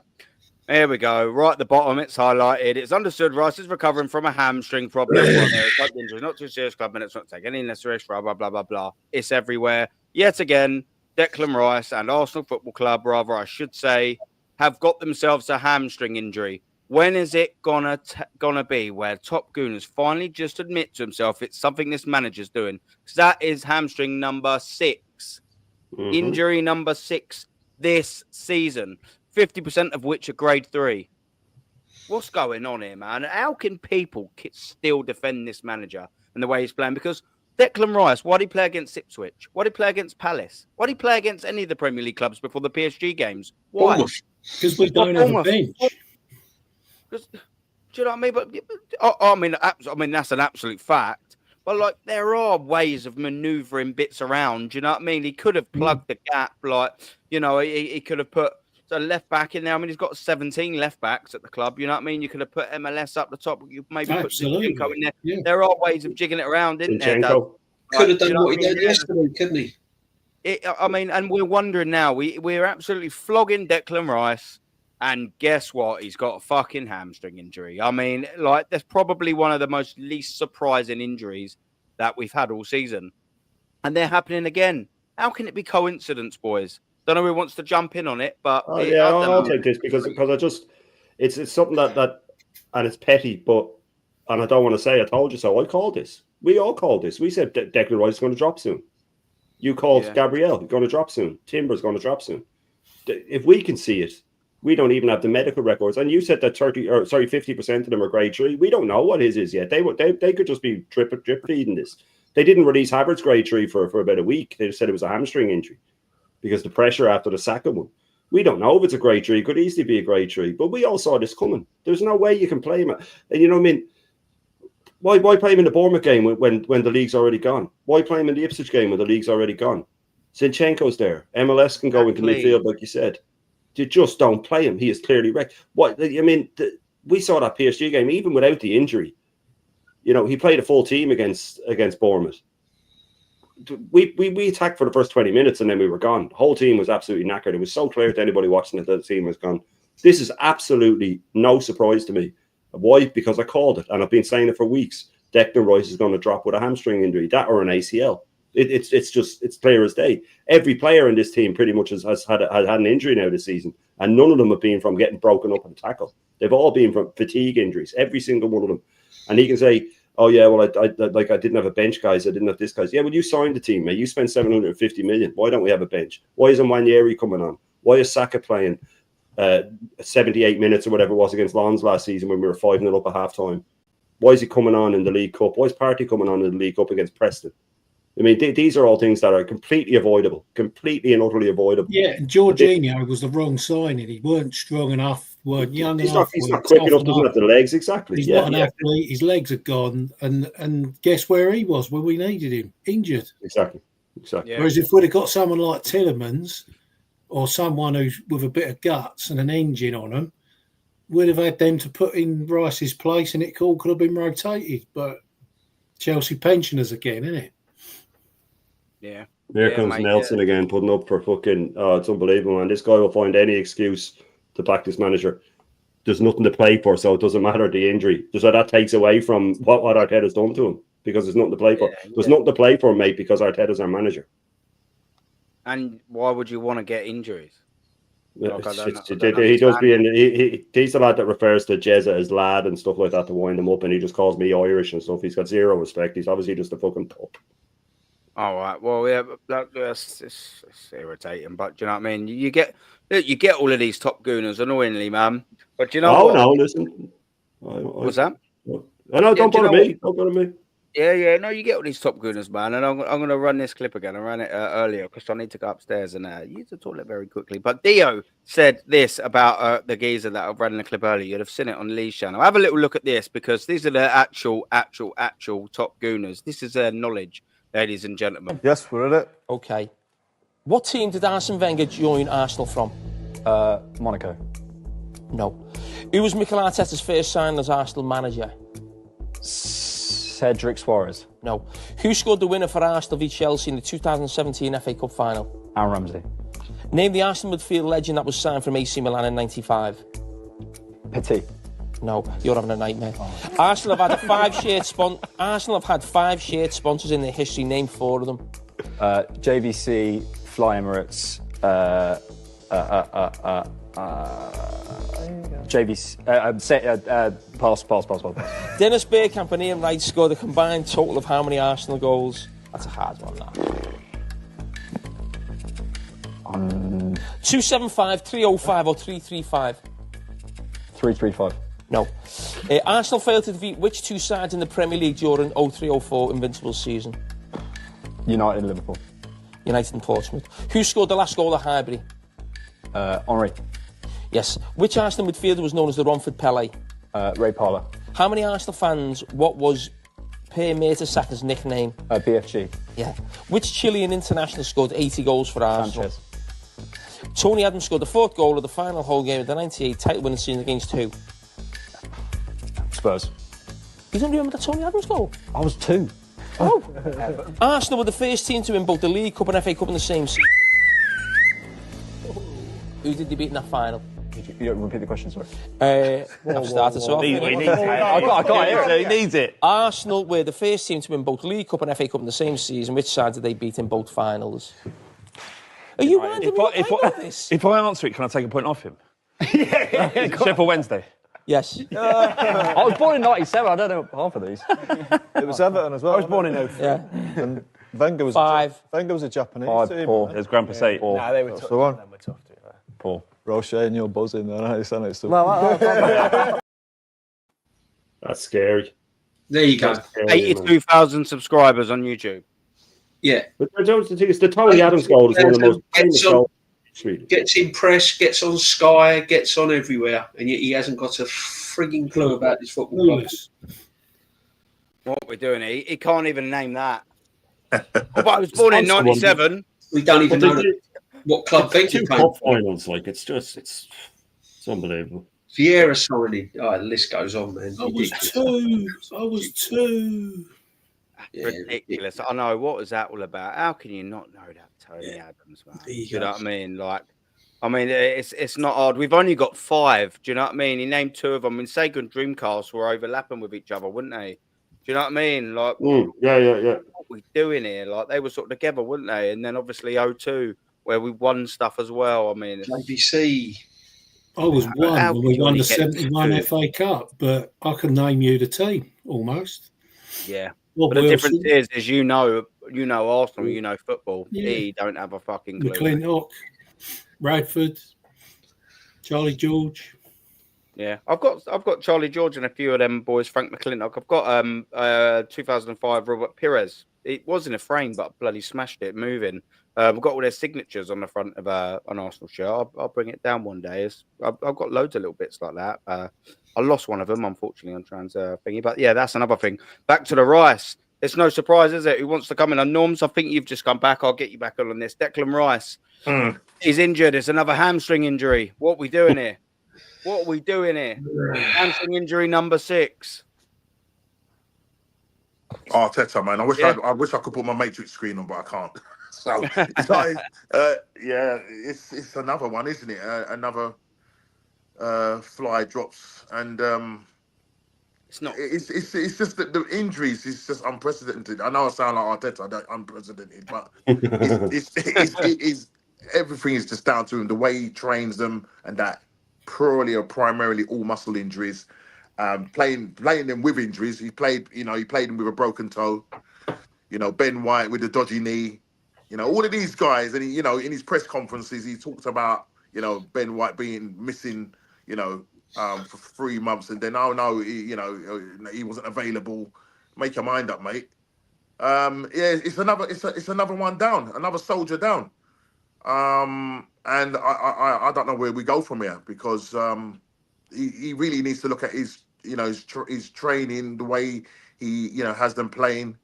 Too much running, mate. You know what I mean? You look at Slot and you see what he's done with what's his name, Salah. He knows that Salah's up in age now. Knows that he's probably got some dodgy hamstrings. He says, listen, you just concentrate on attacking and leave the defending to the other defenders. But what Arteta's got, he's got everybody defending. You know what I mean? He's got everybody defending, and Saka, 5 years. When he came back after his injury, he talked about the fact that he played 5 years straight, non-stop.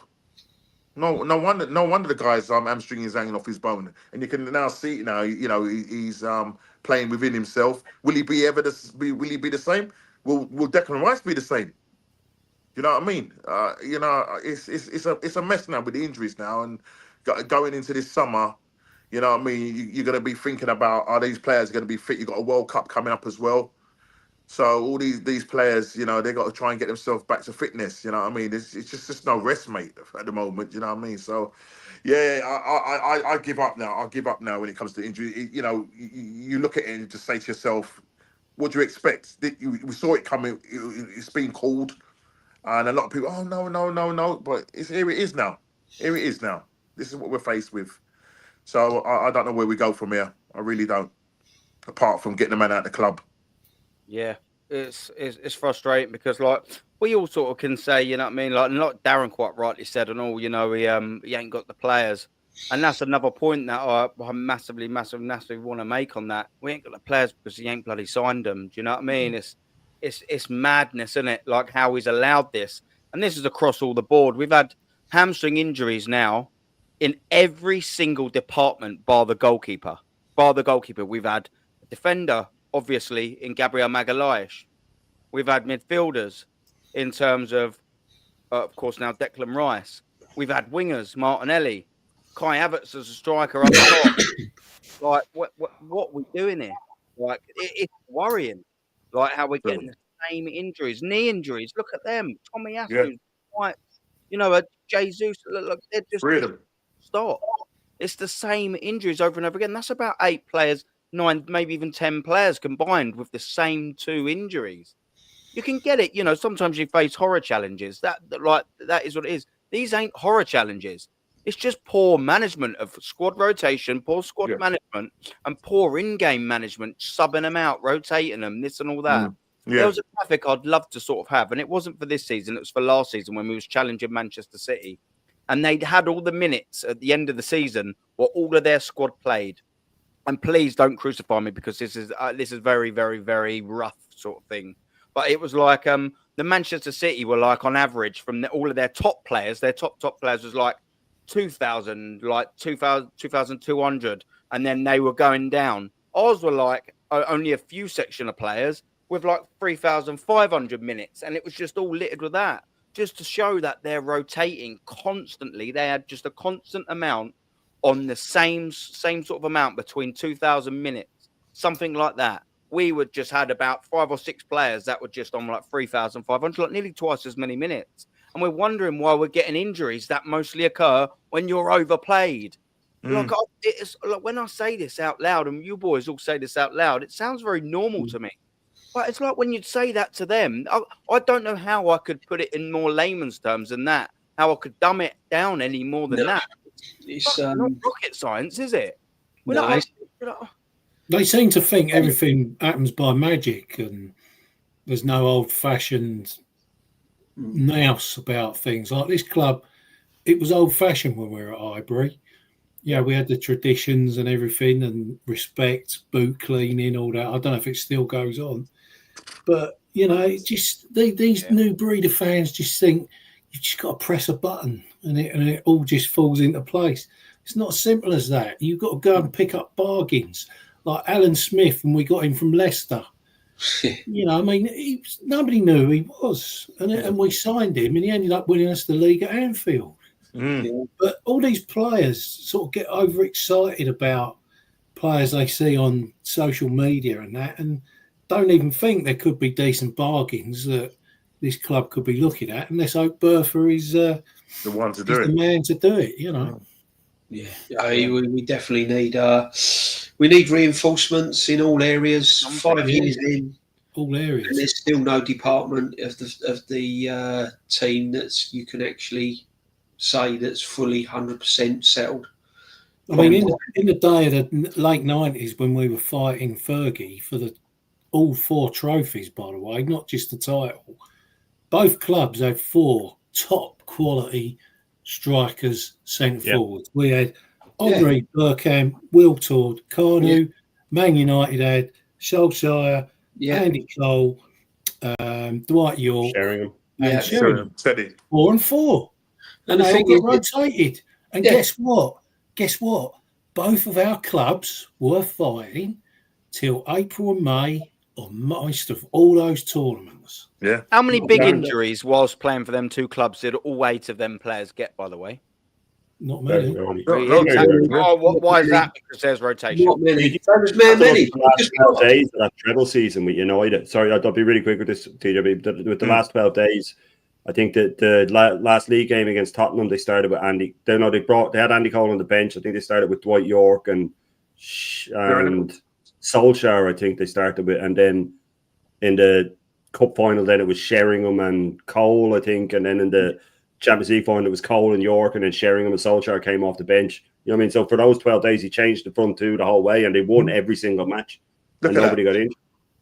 Did they have a problem? I know they want to play. I know footballers want to play, but did they have a problem? They respected the manager, and they had long careers.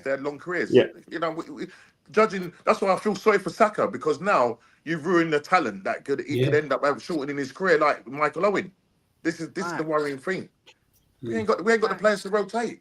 Yeah, Man United had a player in the 80s Moreno up front called Norman Whiteside, who was shit hot. Northern Ireland international, Norman Whiteside. He was shit hot for a couple of seasons, but he just got burnt out, finished. Yeah. The thing is, right, there's no excuses. He's had long enough to build a significant amount of squad. There's no department in this team that you can actually say that's fully finished in his tenure, apart from the 2 centre-backs, probably the right-back in Timber, but then the backup to Timber is a player who he bought as a centre-half from Brighton, who he stumbled across as a right-back in Ben White, who's got knee problems. Then you look at versatile, though, DJB. He's versatile.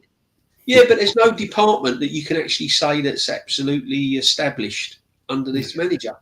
Even the keeper. We still haven't got any striker. We haven't got any backup strikers. We haven't got a main striker. We haven't got backup strikers. We've got no backup to Saka. He let Elise we could have got 45 million. Elise, man like Elise from Crystal Palace. Eze, Crystal Palace. Look what we could have got there.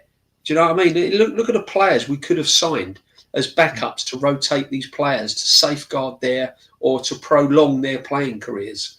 You know? And it just hasn't happened because he just didn't have the man management skills. He didn't have the skills in the buying market. It's just been a mess. It's just been an absolute mess. Rice is Rice hamstring. We ain't going to know how serious it is because it's the end of the season. It'll get washed under the carpet. But you know, we'll see if he's back at the start of the season. We'll see how many games he plays on tour. But he won't be around for the Newcastle and Southampton game. That's it. That's him done. But why did he play him against Bournemouth? Why is he playing him against Bournemouth when he's Paris Saint-Germain? You know, these are all the questions you have to ask because you see it in front of your eyes and you have to ask the questions, guys. It's just crazy. It's madness, man. It really is. Can I interject there? You was just quickly before I carry on. Shane does need to go. Big up, Shane. Link and everyone else's link is pinned in the chat. You'll be going live in the morning, won't you, Shane? Yeah, the full Irish will be 10:30 as always. It's a staple now. I do it every morning now. Yeah, boy. And then I will have, so that'll be every morning. Then I'll have the Bruised Banana on Thursday night. And I'm sure I'll be on with you on Friday. And imagine I'll be in for the call-in show. And so lots of stuff coming. Subscribe to the panels. It's great always to be on with Darren. It's great always to be on with DJB and Norms again. Obviously yourself, Aaron, absolute legend. Make sure you subscribe to everybody. And the chat's been absolute, as always, man, absolutely brilliant. Thanks for the support. Thanks for having me on as always, Aaron. As like I said, this is my favourite show now to do, without a doubt, man. The Monday nights surrounded by legends. It's been absolutely amazing. But cheers to everybody. And I got to be up at 6 to do the school one, so I'm going to try and get some sleep. Some shout out, mate. Do you know what I mean? Brother. Shout out, brother. All the best, man. That's it. Go and follow Shane. What a geezer.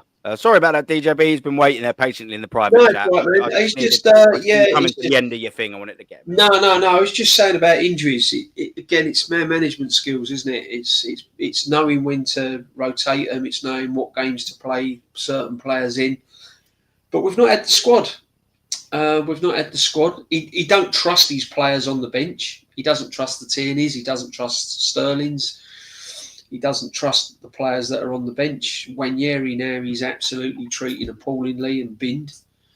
Emil Smith Rowe settings. So, you know what I mean? It's this is. We haven't even got someone like Giovanni Van Bronckhorst, who we had in the 2002 season. He used to come off the bench, fill in, and he'd knock the odd goal in. We got nothing like that. Nothing. No, the bench is poor. The squad's been poor. It's been undernourished, and it's just been run down. Players have been having to do far too much. They're defending, they're attacking, they're having to get back, they're having to chase up and down. His in-game management doesn't allow them to express themselves. Who'd have thought Martinelli could play down the middle? Who'd have thought that, eh? I was going to mention something about that. Who'd have thought that? As I've been banging on about. I mean, I done a thing last week. I think it was on Dan Potts's, and I said he doesn't try anything. Why didn't he put Trossard on the left, Martinelli in the middle, take off Odegaard, bring on Wanyeri? So you got Marino and Martinelli down the middle. Wanyeri cutting in, blah blah blah. No, he don't play like that. No, never play free at the back. No, he don't play free at the back. We'll try something. We're 2-0 down. What does he do against Liverpool when the pressure's off? Nothing to play for. Puts Martinelli in the middle, switches it all up. And you think to yourself, why haven't you done it in the big games? Why haven't you done it against the PSGs? Why didn't you do it against Newcastle in the Carabao Cup? Why didn't you try anything different in Man United? Why haven't you tried it in certain league games? Like when we played West Ham, who was poor, but he just kept the same system, and West Ham sussed us out, and they just sat back and they defended, and we couldn't break them down. And this is what you've got to put up with. You've got to put up with this guy doing this all the time. And then when the players come in next season, if he brings in Goalkeeper next season, 15 goals max under this manager. 15 goals max. Man, because he ain't his type. He's not his type of forward. So he's going to be making runs, and he's going to be coming off the flank, and he's going to be making these runs that you saw Martinelli do yesterday. And he's got no one in midfield that's going to pick him out. He ain't got Odegaard in midfield that's going to pick him out. He's got Declan Rice, he's not that sort of player. And this is what I'm trying to say. Everyone's gassing up. Oh yeah, get Goalkeeper. Yeah, we're going to loads of goals, 20 odd goals. He ain't scoring 20 odd goals at Arsenal under this manager. I hope so, mate. But it's all over again. Listen, because Arteta will want to build it around the team. You have to face the facts. You ain't doing it. Goicore's strengths. He'll say, Goicore's, I want you playing at left back as well as striker. No. What he'll do, Daz, he'll put him out on the left. He'll put Havertz down the middle. That's what he'll do. That's the sort of move he would do. He'll put Havertz down the middle as the number 9, and he'll put Goicore's on the left. That's the sort of thing. Honestly, he's not going to. He's not going to drop that. Anyone that's played football, at any level, can obviously see how this man manages a team. I've played football semi-professional and stuff like that. I know exactly how this man manages a team and puts the team out. Ridiculous, absolutely ridiculous. Yeah. Do you know what? Yeah, Lawrence is making a very, very, very good point here, and big up to you again, Lawrence, man. These are some of the players that we've got. When we're talking about squad, I'll add a little bit of context to this as well. This geezer has had £750 million to spend. He's had half a decade to do it. And Lawrence is saying Arteta has had these 3 kids on the bench. Goa, 21 years old, who ain't even a kid anymore. Let's face it, it's 21. We've got Henry Francis, 22 years old. Butler Adeji, sorry, 22 years old. And he don't even give him a sniff of first team action anyway. Only one of them came on, and that was the Adeji, and that was in the last couple of minutes. And he had a shot. Because Arteta's worried about his second place trophy. Second place. He should have forfeited and took 4th and put them in to give him a bit of experience. Any agent watching, get him gone. Get him out. Get him out of the club. And Wanyeri's got to move on, mate. Wanyeri has to move on quick. Yeah. What kind of type of message does this send? And I'm going to stick with this as well for the minute, what Lawrence is saying. What does this send to the next lot coming through? Because we've been lucky. Let's get this right, and I'm going to say this. If we didn't have Nwaneri coming through and Miles Lewis-Skelly coming through this season, we'd be out the top 5, I'm telling you. 100%. We'd be out the top 5. I'm convinced of it. Convinced of it. What does that tell you? That one, he's not even giving even an area sniff. He's only fell into Miles Lewis-Skelly at left back. Again, he's fallen into it. What does that tell you for a young player trying to come to this club? Just before them 2 lads broke in to the team, there was rumblings on social media that they had the right ump, MLS and Ethan, that they weren't in the team. They had the ump. They were slagging. People were leaking it out all over social media. These 2 players have got the arse because they should be in the team and they're not. But he can't improve them. That's why. That's why he don't want to spend too much time on them. He wants to. He can't improve players. This is what's stumping him with Wanyeri, because Wanyeri's a little bit lazy off the ball. Apparently, he can't coach him on his other strengths, like when he has got the ball. Going forward, the final third, the Salah-like player, the Salah-like a striker. He's like a Salah type player, final third, deadly, gets the ball, runs at players, makes things happen, cuts inside, goes outside, shoots. He can't bring the best out of him because he wants him to do the donkey work. He wants him to go sprinting back to the edge of the box, help out the defence, pick up the ball. Class 10's best attribute is tracking back. Do you know what I mean? None. They don't exist. Number 10 shouldn't have to do all of that shit, should he, D? No, exactly. But this is what he wants. This is how he wants you to play. It's like Goalkeeper. If a top striker comes to the club, that top striker won't be able to operate in the final third, in between like the edge of the box and the edge of the centre circle. He's going to have to drop over half. Look what Havertz has to do on occasions. Sometimes Havertz is on our penalty spot clearing balls because he wants them all back in and he wants them upfield again. Man like Goalkeeper is going to go, hang on a minute. I'm a fucking striker here. I've just bagged like 25, 26 goals. I'm not clearing shit up on the edge of my box. Back. Yeah. He's killing. Arteta's a killer of talent. That's career ender, mate. He's a career ender. He's a killer of talent because. But this is what I'm trying to say. People, there are certain fans like us and everyone else that can see that, but there's no one mentions all of this. All they see is a name. All they see is a big name coming to the club that scored bags of goals at another club under different managers, and they think that they can come to Arsenal and they're going to score bags of goals at Arsenal, and it ain't going to happen. It ain't going to happen under this manager. It's not going to happen. Sorry, mate. You like me electric playing up. One second. Right. Just quickly, 84 likes in the building. Come on, man. We can get this to 100. Come on, people. We can get this to 100. Don't forget to subscribe. The pathway for the youngsters at the moment is not looking too good. Not good. per Mertesacker, he must be silently asking himself questions like, "What's going on here?" You know what I mean? We used to see back in the day. We used to see the youngsters coming through. When I went and saw them like in the Carabao Cup, back in the mid 2000s. It was like watching the first team. Yeah, Wenger used to give these players chances. Yeah, but now you're not even seeing that. He's having to play the same. He doesn't really try the youngsters out. He doesn't try them out. He doesn't try the youngsters out unless it's some. You know what I mean? It's just interrupt you a minute. While it's in my head, there's a youngster in that youth team, Nortski, Max Downman. Who is absolutely mustard. Honestly, the young kid is electric. I've seen him play a few times. He's absolutely electric. Honestly, any sense, don't play under this manager. Honestly. Go on, sorry, no. You've seen what he's done with Saka, because Saka, I remember Saka used to, under Unai Emery, he used to take players on. I was thinking, where's that Saka gone, the player that used to take on players?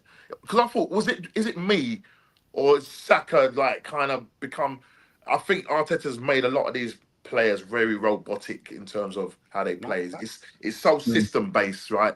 You cannot, that's why Ethan doesn't get the run in the team. Because what technically happens is that, because I think, what's the name alluded to it yesterday, Kenny Ken talked about it yesterday. And I was kind of sort of going in through, I was looking through it through emotional eyes to say, look, poor old Ethan, he's not getting the chance in that. But what Kenny Ken brought up was the fact that he's not doing the work off the ball. Yeah. But then if he's not doing the work on his other attributes, do you know what I mean? Just the same way what Slot's done with Salah. So he's saying he knows that Salah can't track back and do all of that. He said, listen, do what you're good at, which is assisting and scoring goals. Yeah? But because Saka has to keep running backwards, no wonder the guy's hamstring is hanging off. Yeah, exactly, man. Do you know what I mean? It's just too many injuries. And so the pathway for these youngsters coming through, no wonder, they said, no, you know what? You had the guy that's gone to, he's now, Hutchinson's gone to Ipswich, went to Chelsea. Then you had the other fella who went to Man United. Yeah? Well, two of them. Do you know what I mean? So they just know that actually under Arteta, there's no real pathway. Because if you really think about it, when they went on the summer tour, they were in the team because question was they played and done well in the summer tour, but you thought to yourself, well, when they come back, they're going to probably end up going back into the youth team, because what we was expecting was for them guys to go and buy the players that was necessary. And they thought, can't do that now, can we? Yeah, Skelly. I realised that when I saw him, I thought, the only way he can come into this team is if he comes in as a left back, because he wasn't going to bring him in as a number 8. So that was his only chance. It's because we had injuries to our left backs. You got Kieran Tierney, who was fully fit, but he won't play because he can't invert. So this is all on Arteta. It's just because he square pegs in round holes, as we want to put it. Just trying to make things work, and because everything is so mishmash, all of this is a combination of injuries, pathways, the whole lot is just blowing up in our face and in his face. But he won't admit it, because at the end of the day, in his head, he wants to do it his way. He's a narcissist. We all know that, and that's what it is. Massive narcissist. Oh man, hitting home run after home run after home run there, Norms, man. I mean, you said that so well. Fair play to you, man. It's a fact. Like, he is just a career ender. There's no pathway. That Max Dowman, he must be sitting there and looking at all of these players that be treating badly and thinking, oh man, I'm going to be old enough to sign a professional contract soon with this football club. Exactly. Shall I go to Manchester United along with Heaven and Chido Obi Martin, who actually are being given opportunities? The only reason Heaven ain't still playing is because he got injured. Exactly. But they were giving them both chances there. Exactly. That's worrying that these youngsters want to go to our biggest rival because they don't know that there's going to be a pathway. And there was plenty of opportunity for a young striker here, by the way. There's plenty of opportunity for a bloody young defender with talent at this football club. Plenty of opportunity. But they quite fair dues. So I was a little bit gutted that they left. But fair dues to them, because they've got first team opportunities there, numerous chances. They're not getting them here. And I just don't want young blood coming through like the Max Dowmans, who looks unbelievable, to sit there and think, all right, well, what are they doing over at City? What are they doing at Liverpool? What are they doing at Manchester United? Because whilst this manager's here, I ain't going to get a fucking game. It's no good, man. You have a look what Downman's probably looking at Wanyeri, who he probably rubs up against because obviously they're young kids and they've probably come out of the same academy. All right, all a few years a bit different in age. But yeah, what must he be thinking now, the way Wanyeri's getting treated? Look what these youngsters in the academy are thinking now, looking at Wanyeri, thinking, hang on a minute, Wanyeri's like the best thing I've seen since sliced bread. And yet they're looking at him thinking, God, the way he's getting treated, do I want to be here? It's worrying. With Odegaard above Wanyeri, it's just ridiculous. Yeah. You know, Ethan's been banging goals in. He's been...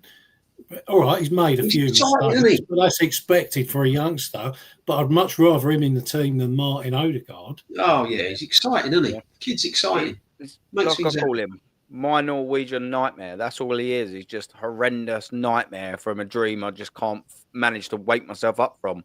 But, man, we have got a geezer in the building, man. An absolute legend. Yeah, that's the one. He's got his thumb up right now. If you was wondering who I was talking to, it's of course Kyle, man. Yeah, man. It's always a pleasure.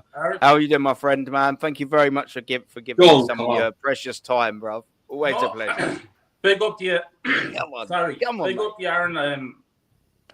You sent me the link, and I'm only getting on now. But look, that's like you know yourself. But it's always great to be on the screen. When legends that's on the screen, and big up to the chat. And I just like to inform you because I know you for 2 hours doing the stream, so I don't know if you saw what happened an hour ago on TalkSport with Emmanuel Petit. Emmanuel Petit came out and he said that Arteta is a bad loser. Just quickly, 1 second there, and then carry on. Matty, the Southern Gooner, sent it to me. So when you're finished there, my friend, I shall play it. You legend, Kyle. Almost like you come here to fucking segue me there, you absolute geezer. Sorry to interrupt you. I just wanted to say we're going to go on that. Yeah, no, it was great to hear it. And he said there was no way. He said, what is he talking about? There's no way that we're better than Paris Saint-Germain. He said in the first leg, Paris Saint-Germain were much better. And in the second leg, Paris Saint-Germain were much better. Mm-hmm. And he said about us getting beat by West Ham. And he just went on about it. Just said that Arteta's a sore loser. So it was very interesting to hear what he had to say. And big up to Emmanuel Petit. Because I'm sick to death of Martin Keown, Ray Parra. Ray Parra was on TalkSport. I know he's involved in the club and he can't say this and he can't say that. But he's on TalkSport telling the fans, give Arteta another 2 years. That he'll either win the Premier League next season, but he definitely win it the following season. Oh, come on, man. Come on. This is Ray Parra, by the way, gentlemen. They're all in with a club, though. They're all in with a club, Carl. Oh, big time. Same with Martin Keown, DJ. The same with Ian Rice. The same with them all. So it was great to hear Emmanuel Petit speaking tonight. Listen, let me say this to you. This club is dead. As far as I'm concerned, once Arteta's in charge, forget this club. The club is dead. We are winning nothing under this manager. And he's killing players. I see now Declan Rice is out with a hamstring. What's going on here? This man thinks he's in an army base. And he's the most narcissistic man I ever saw. And I'll tell you something. And I'll be straight about it. The way that fella stared at that woman asking him questions after the match the other day. Disgusting. You see the way he was looking straight through her. If that was my wife and he did that, I'd break his fucking neck. How does he think of you? Show the woman respect. She's there to do a job. Horrible, you're on 15 million a year, you fucking prick. And you're being asked a few simple questions. Answer them. 15 million a year. And he's steering through her, not wanting to answer questions. I'm sick of all the managers. Pep Guardiola did the spit on his tongue every time he's been questioned. Another prick. Do they not realise how lucky they are in life? I speak for myself. I have to get up at 6 o'clock in the morning, go to work. Go to a job that I fucking don't like. Get paid pittance for at the end of the week. Come home and pay me bills and take care of my family. And these fellas are on 300,000 a week and they can't perform. And then the fan base then accepts failure because this club is failure. Oh, massive. I'm sick to death of it. The young Elwari, I hear you talking about him. Exceptional talent. One of the bright English players. And look at the treatment he's getting at 17, 18 years of age. Look at the way he's been treated. DJ, I heard DJ saying, what happens to the other youths, but to see what's happened to him. They'd be fucking off out of the club. Yeah. Our future players will be going to other clubs like Man United, Chelsea, and so on and so forth. The club has been run backwards. I said it before and I say it again. Under this prick, our club is going that way. Not this way, that way. And you could have 10 Pep Guardiolas and 10 Ancelottis. It's going to take years to get the club back to where it should be. We're fucked, gentlemen. And don't be fans all excited about this Champions League run that we had. That was just papering over the fucking cracks. That's all. That's it. So buckle up because we're going to get the same old shit next season as well. Because this prick is going nowhere. He's staying. Big up. Oh, no, I want him gone, man. That's what I mean. I can't even get excited about the signings. I can't bring myself to get excited. I've never known it. It's disgusting. Yeah. What I'm going to do, ladies and gents, is the timely Kyle, the legend, the volcano, is getting massive love in the chat, by the way. And he bloody deserves it because he's an absolute geezer, by the way. We all know this. I will now be playing because Matty, the Southern Gooner, another legend, almost like I never surround myself with dickheads, right? Look at us. What a world-class panel we always have on here. Come on, people, man. Like and subscribe to everyone. I will get Cole's link pinned in the chat in 2 seconds. What I want us to do is, if it's a little bit too loud, let us know. I'm going to be playing it just on my phone into the microphone, yeah? So if it is a little bit too loud, someone just let us know quickly and I'll turn it up or down. Let me know if everyone can hear it all right. So this is what Kyle was saying about Emmanuel Petit on TalkSport. How's that sounding? Can you hear it? Oh, a bit louder, man. Mikel Arteta side are still fighting to secure second place in the Premier League and gave Liverpool a good guard of honour. He spoke to the media, your manager, after the game and said that he was extremely disappointed to let the Reds storm to a 2-0 lead at half-time. We can draw and we can talk about reaction. I'm not into reaction. I'm in action mode. And what we did in the first 25 minutes, my opinion, it was nowhere near the level. After the PSG, I said we were the better team. We deserve much more. We won the game twice. And it's unbelievable that we weren't through in the final. But today, in the first 25 minutes, we got conceded 3 or 4. And it's nowhere near the standards after. Yeah, with 10 men and we have half of our starter missing still. And still we can play that way. So that's what we have to demand ourselves. We should talk about Arsenal, not just the game yesterday, but where they are now after the season is over. 2 seconds. It's going to be, but not really over. Oh, yes, it's over. Hold on. They need to get 1 point to secure, the position. Emmanuel, come on, it's over. No silverware. No, but there's still got it's not over. They can drop, and be out of the Champions League. You won't get out of the Champions League. How do you know? We've got Newcastle next. Well, the way we're dealing things, the last few weeks, I'm not. I'm confident, that what's happening? The next game is against Newcastle. Really? What's happening with Arsenal? What's happening? I think it was terrible, to lose against Paris Saint-Germain, but as well, this game at home against West Ham when they lost, I think it was in February, something like that. Yeah, 1-0. I think was it 1-0 header, wasn't it? And all the injured players, I think always the same story at the end of the season. Bad news coming, one after all, and you were so close to get something, and then in the end you fell, and so it's the same story. So very disappointing. And yesterday I watched with highlights, the game, and in the space of 2 minutes I went to the toilet. I came back and they scored 2 goals. And I was shocked, when I look at the highlights, so the way they defended, and they were so sloppy, with no conviction. Did you see the interview after the second game against PSG, the one that knocked Arsenal out of the Champions League, where Arteta said that they were the better team. No, I disagree. Why would he say that? I disagree.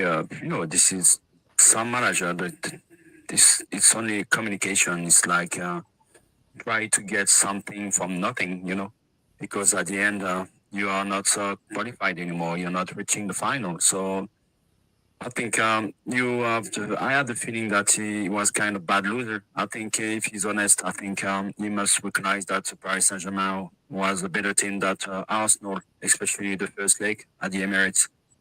They were much better than Arsenal.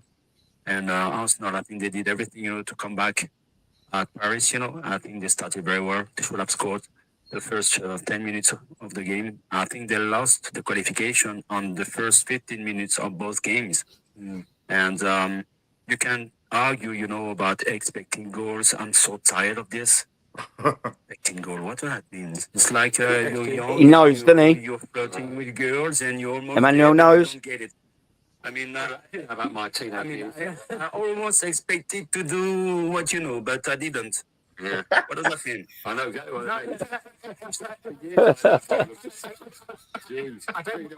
I don't mind XG, but it can be a bit misleading. But I do think you're right. The first 15 minutes of the home leg wasn't good enough, and then the first 15 minutes of the second leg, where they should have scored, didn't have that killer instinct to get that goal. But I thought the reaction second half, because I'm worried after watching the first half, the way it started against Liverpool, I thought, oh my goodness, this could be a cricket score. But the way they came out so quickly, and ultimately at the end, I know Liverpool had the goal disallowed by Odegaard. I mean, hold on, actually, not even sure about Arsenal. Odegaard, what's going on there? He looked tired the whole season. I think he was missing performance. Saka, obviously, when Saka is on the pitch, he is always going on the right side. Try to get the connection with him. It's the only creative midfield that we have. Arsenal. I think it's been injured as well during this season. He looks very tired mentally and physically, and that was obvious. We've all said it. And this is the main problem for Arsenal for the last 2-3 seasons. When you lose 3-4 important players, then all over. It's over. Let me ask you, staying with Arsenal's top players, actually, I don't know if you're aware of it, former Liverpool defender Jamie Carragher, some interesting things to say about Arsenal and their trajectory under Mikel Arteta over the weekend. He talked about Declan Rice, right? He's 26 years old. He said, I think Declan has been Arsenal's best player this season. I'm not saying he'd give it another 12 months, but those doubts might kick in another 12 months. It might be different for somebody like Saliba, who's been there a little longer and he's desperate to get their hands on silverware. What do you make of that? Has Jamie Carragher got a point, do you think, that some of Arsenal's best players, like Rice, like Saliba, might be starting to think about whether this team is good enough? I can understand what he said because I think all of the players, at the Arsenal, they have ambitions and they want to win titles. It's good to improve. Years after years, individually and collectively, but you need to get silverware.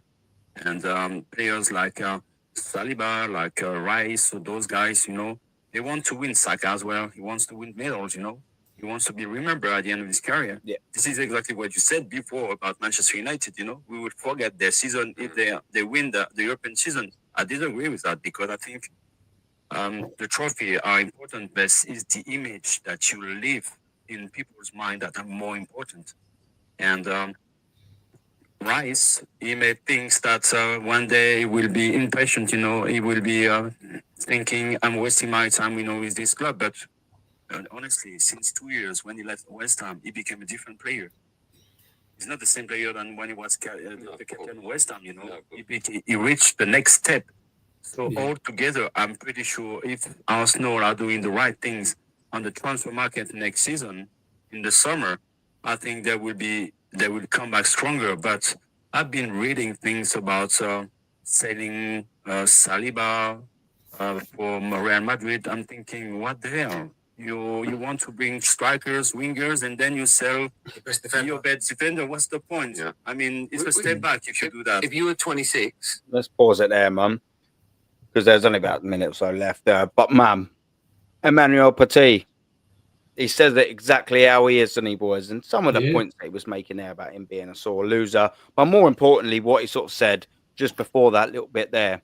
These are ambitious guys. They want to be remembered for winning trophies. That's what the aim of the game's all about. Do you know what, right? And I'm not even joking here with this. I was sat over there, right, on the old PlayStation earlier, having a little smash of the buttons. and my missus was sat right here having a bit of grub, and I was talking to her about football and about winning and things like that. And I said to her, I was like, "What do you reckon constitutes a winning in football?" She went instantaneously. I'm not even joking. Silverware.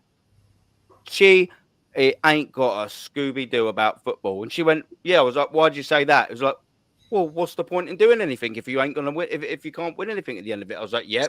It's all about winning. She was saying this to me, and then she went off on a passionate thing. She's like, I go to my little boy's game at 7 years old, and I want him to win. Why wouldn't a fully grown adult want their football team to win? Facts. That's what it's all about. She even knows it. It's the first thing she said. I was like, go on, babe, carry on. So I'd never heard her speak like that before. Yeah. She even gets it. She was like, it's top level football. It's all about winning. And just what Emmanuel Petit's saying there. Fucking crying out loud. If my 30-year-old girlfriend, who I've been with, 11 years, never watched a game of football in her life, never, understands what elite level football is all about, winning trophies, success is trophies, and these top gooners can't get it and can't fathom that, we are doomed. We are absolutely doomed. Emmanuel Petit gets it. That's what it's all about. It's all about winning. But he knows these players will not hang about. They won't. Declan Rice won't hang about. No. Saliba won't hang about. Magalhaes won't hang about unless we win something, boys. Exactly. It's all about winning. He even made a good point about Man United, didn't he? When he asked the question about Man United, and he said, even though I think if I heard it, but basically what he was saying was, even though Man United are where they are, if the players win a trophy, that's what they live by. That's what they've achieved. Yeah. League position don't matter. It's trophies. 2 days ago, I had Sky Sports on, and I'll tell you what I saw. Something absolutely disgraceful. Arsenal PR once again. A woman walking around the training ground with Declan Rice interviewing him. Yeah. And Declan Rice. Yeah. And Declan Rice said, DJ, if you remember, he said these next 3 games, the Liverpool game and next 2, 3 massive games, he said. No, Declan, you're wrong. How are the massive? We're winning fucking nothing if we win those 3 games. And what? At the end of the day, Aaron, I am sick of getting a Champions League spot, going into the Champions League the following season, and not winning it. So what's the fucking point? Manchester United and Tottenham Hotspur, 2 of the worst fucking teams in the Premier League, are fighting it out in the Europa League final. A Europa League, by the way, that I was talking to a Man United fan yesterday, and he was kind of saying to me, oh, wait. I said, no. Listen up, my friend. Arsenal Football Club never won the Europa fucking League. Facts. Cup Winners' Cup in 94, the Fairest Cup in the early 70s. That's it. Our European adventure is a fucking shambles. Absolute mess. So, and Declan Rice is coming out and he said these next 3 games are massive and we have to do. Fuck off. You didn't win a league title. I'm not interested. Fuck him. My daughter said to me, Dad, can I ask you a question? I said, what's that, hon? Why don't clap in Liverpool? She couldn't understand it. I said, because we're a fucking shambles of a club, that's why. Don't worry about a pace. You go and support someone else at order. Don't waste your fucking time supporting this show of fucking wasters. Yeah. I'm sick of it. As far as I'm concerned, the club is dead, and I can't wait for it to end. DJ, I agree with you, DJ. You said it, and I agree with you. This season has been a fucking shambles. Mate, it's been domestically especially. Now, I know Europe semi-final, it ain't winning. But all of these lot will say, but it's one step further than the last one. I said this earlier, and it remains true and will ring true until we win something. That's one step further in the Champions League, going from quarterfinals to semi-finals, but humiliated regardless, does not make up for being 15 points behind the fucking leaders. Does not make up for for losing 4-0 over aggregate in the Carabao Cup. It does not make up for a third round, yet again, exit against 10-man shower of shit Manchester United at home in the FA Cup. It doesn't make up for that. I mean, we've been terrible in Europe because we didn't win anything. We got taken the piss out of in the semi-final.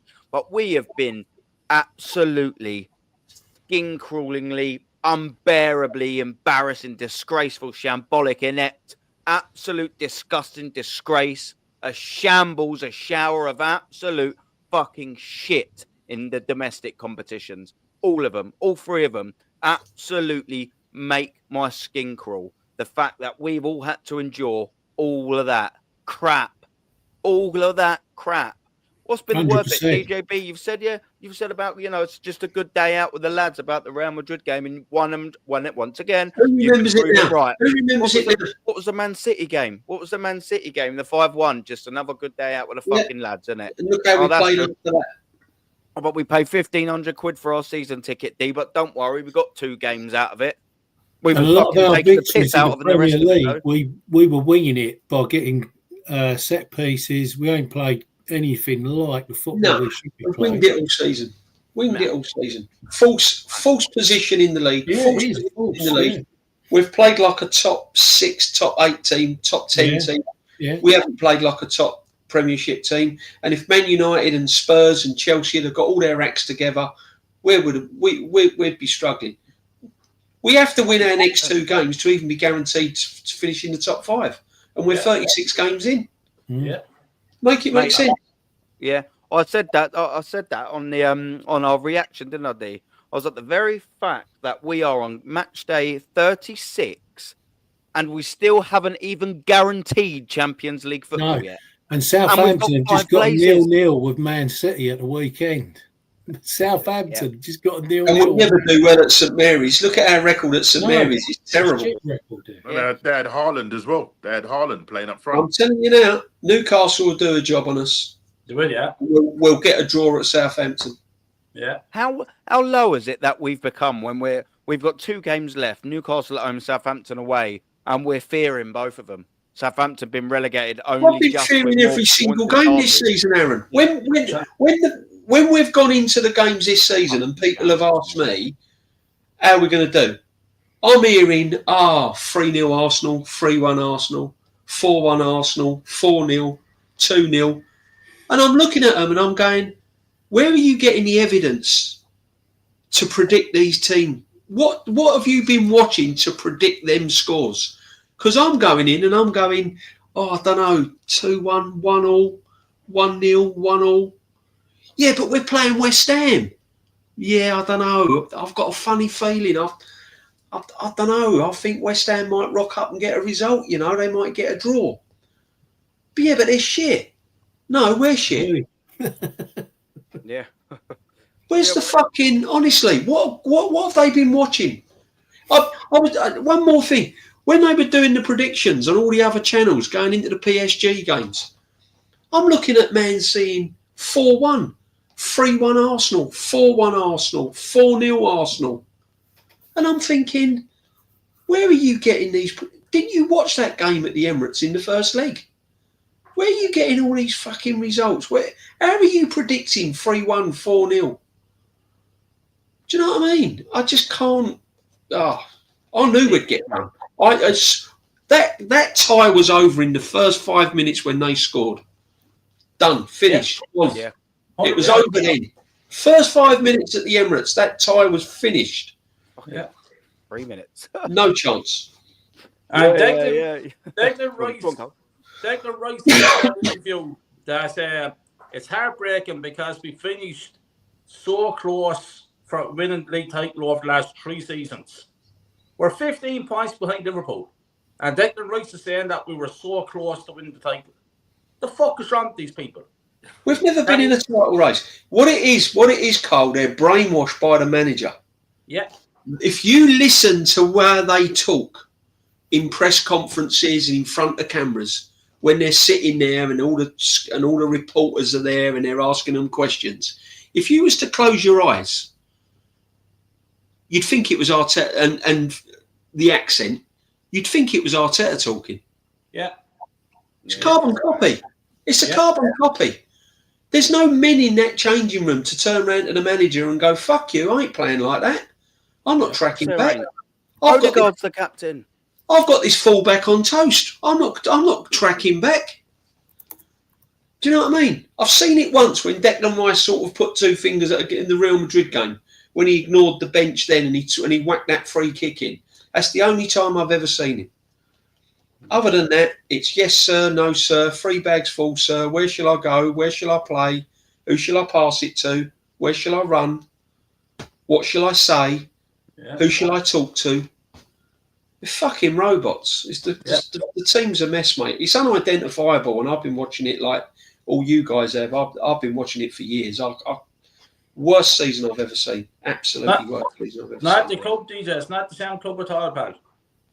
Nah. Complete different. It's like a different, I don't know, different club altogether. It's not the Arsenal.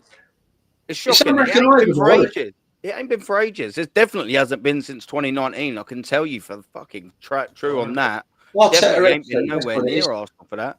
So just quickly, I'm just gonna grab these. Just gonna grab these 2 supers here because I wanna carry on with the second one I'm gonna read. Banter, big up to you again, my brother. Thank you very much, man. He's put, give me 5 years for a coaching badge and I'll win the EPL. Do you know what? Banter for manager, mate. That's it. Sack him now and get you in. I'll bet you any money. I'll tell you what, in 5 years' time, get your badges and come manage this football club. So I can guarantee you now, if you had all of that money and all of that time, you wouldn't do a fucking worse job. On the back of that, Aaron, any decent manager with these players would have won a trophy. Yeah. The new Eddie Howe with this Arsenal team would have won a trophy. I think numerous trophies. I don't think just a trophy. I think. And I'm going to stick my neck out here, and people say, "Oh yeah, but it's a different type of pressure." Do you see what that Brentford manager does year in and year out? Thomas Frank. Yeah, that's unbelievable what he's doing there. What does he do? Look at the points they've got this year, right? Look at that Wissa and Semenyo and players like this. What he's turned them into. And Burmo. If he was at Arsenal, if he was at Arsenal for 5 years with £750 million, I'm convinced that man would have won a trophy. Yeah. Got used to the pressure. Got used to the massive club that he's at. Once he was over that and realisation set in how big the job was, I'm convinced someone like Thomas Frank would have won a trophy. Yeah. Any manager with any nous, any manager with any clue would have won a trophy with these players. He will get a big job one day, Thomas Frank. He will. He'll get a big job 100%. one day. 100%. 100%. No, facts. Big up, Banter. But this is sort of where I want to steer this just ever so quickly. Yeah, big up Joseph Connor Golden, OG in the chat, man. EFTV, I didn't read this, but don't bloody surprise me. EFTV said 750 million isn't enough to win a title, Aaron. This is sort of where I wanted to have a little chat for that. If that ain't, I don't know what is, because 750 million is a lot of bloody money. It's just how we spent it. No one asked him to spend 100 million on Fabio Vieira and Kai Havertz. No one asked him to spend 80 million on. Go on, mate. Go on. What's Liverpool spent then? Because they've only bought Chiesa. Yeah. They ain't spent 750 million, and he's won the Premiership. So what they fucking talking he inherited a better squad. But he hasn't spent 750 million, has he? That's what I'm saying. Yeah, that's it. Oh, now, facts. I'm not disagreeing with you. No. Jezza, big up to you, my man. Thank you very much for coming on. What do you reckon on that? I know you're a little bit fed up with the Arsenal chat, but unfortunately, the club keeps going, the world keeps spinning. What's your take on it, my friend? I'm just bored with it. To be honest, I'm fed up with hearing the same drivel every day. I can't wait for this season to be over because all I hear is the same shit every day on the same different channels, and it's boring. We know how shit we are, right? Change it up, make a difference, because it's rinse and repeat. That's all we hear every day, rinse and repeat. And it's boring now. It's time to change it up because I'm not having a pop at you at all. No, you're all good. It's just boring. We hear the same shit every single day. It's because it's the same shit every single day, though, isn't it? I wish we could talk a bit more positively, isn't it? Let's move it on. Yeah. Yeah. I'm fed up listening to it. To be honest, I am fed up with listening. I'm to fed it. up of watching it. I'm fed up of the club making me feel this way, man. I'm with you. This is what we have to live with on this club. This club, but they don't. They don't listen to what the fans are telling them. That's the point I'm trying to make. Right? Oh, I'm with you. We fight and we ask and we want the change, but it doesn't happen anymore. And it's so annoying to you, to everybody on the panel and everybody in the chat, because this club is dusted. All the time we have this manager here. All we're going to do, gentlemen, Aaron, is talk about the same shit this time next year. Yep. And it's time for a change, guys, because, you gentlemen are sat here for a couple of hours talking about the same thing we were talking about this time last year. And we'll be doing that in the 13th of May, 2026. So, come on, Arsenal, come on, wake up, change what you're doing here. Look, listen, Arsenal Football Club, you need to fucking entertain Jez. Come on, Arsenal Football Club. It's not for us, it's for Jez. They're disrespecting the true fans, right, that really love the club. I'm not talking about the Shire fans. Yeah, I'm not talking about the fans that want to spend silly money and come from abroad. Good luck to you. Well done. Yeah, good luck. Hope you enjoy your experience. But at the end of the day, there are so many fans that I know that don't go anymore, that I went to games with back in the 70s, because they can't be bothered to go and watch this pile of shit. Yeah. And that you guys, you go, and fair play to you for doing it. I respect you for that. And I admire your credibility for doing it. But all we are seeing is rinse and repeat. And it'll be the same, guys. It'll be the same this time, unless we get a new manager in. It'll be the same. We'll be talking exactly the same conversation this time next year. We've been doing this for the last 4 years, haven't we? It's the same old shit. Aaron, Anthony, come on, man. Kyle, Christ, we've been doing it for way, way, way too long. For years, Jez. Same thing, Jez. I agree with you. Same thing for years, man. Yeah, it's painful, man. It's boring for all of us. Well, I'll tell you what, Jez. When we come to our next little bit, when we get there, and we're doing our merch little thing, we'll dress you up in some nice clobber to put a smile on your face. That's what we'll do. We'll get you in some fishing gear for when you've run that lake, mate. Don't worry about that. I was just gonna say, we'll get you a nice bucket hat. You know what I mean? We'll get you some nice comfy shoes and all of that. Some nice Arsenal socks. Don't worry, we'll put a smile back on your face, Jez. That's what we're gonna try and do for the next. Because that's what it is now, Aaron, isn't it? They're gonna do the new. That's what they'll do now. They'll launch the new football kit, the new launch. Yeah. The new football kit's being launched. I think they've already got it all prepared. I mean, I know me and you, D, we're going to be going. I'm going to be walking in there specifically, and I'm going to be going and taking a video camera all the way of it, because that armory, that is going to be out the fucking door. That's what that will be, because they're selling a new kit. You know it, yeah.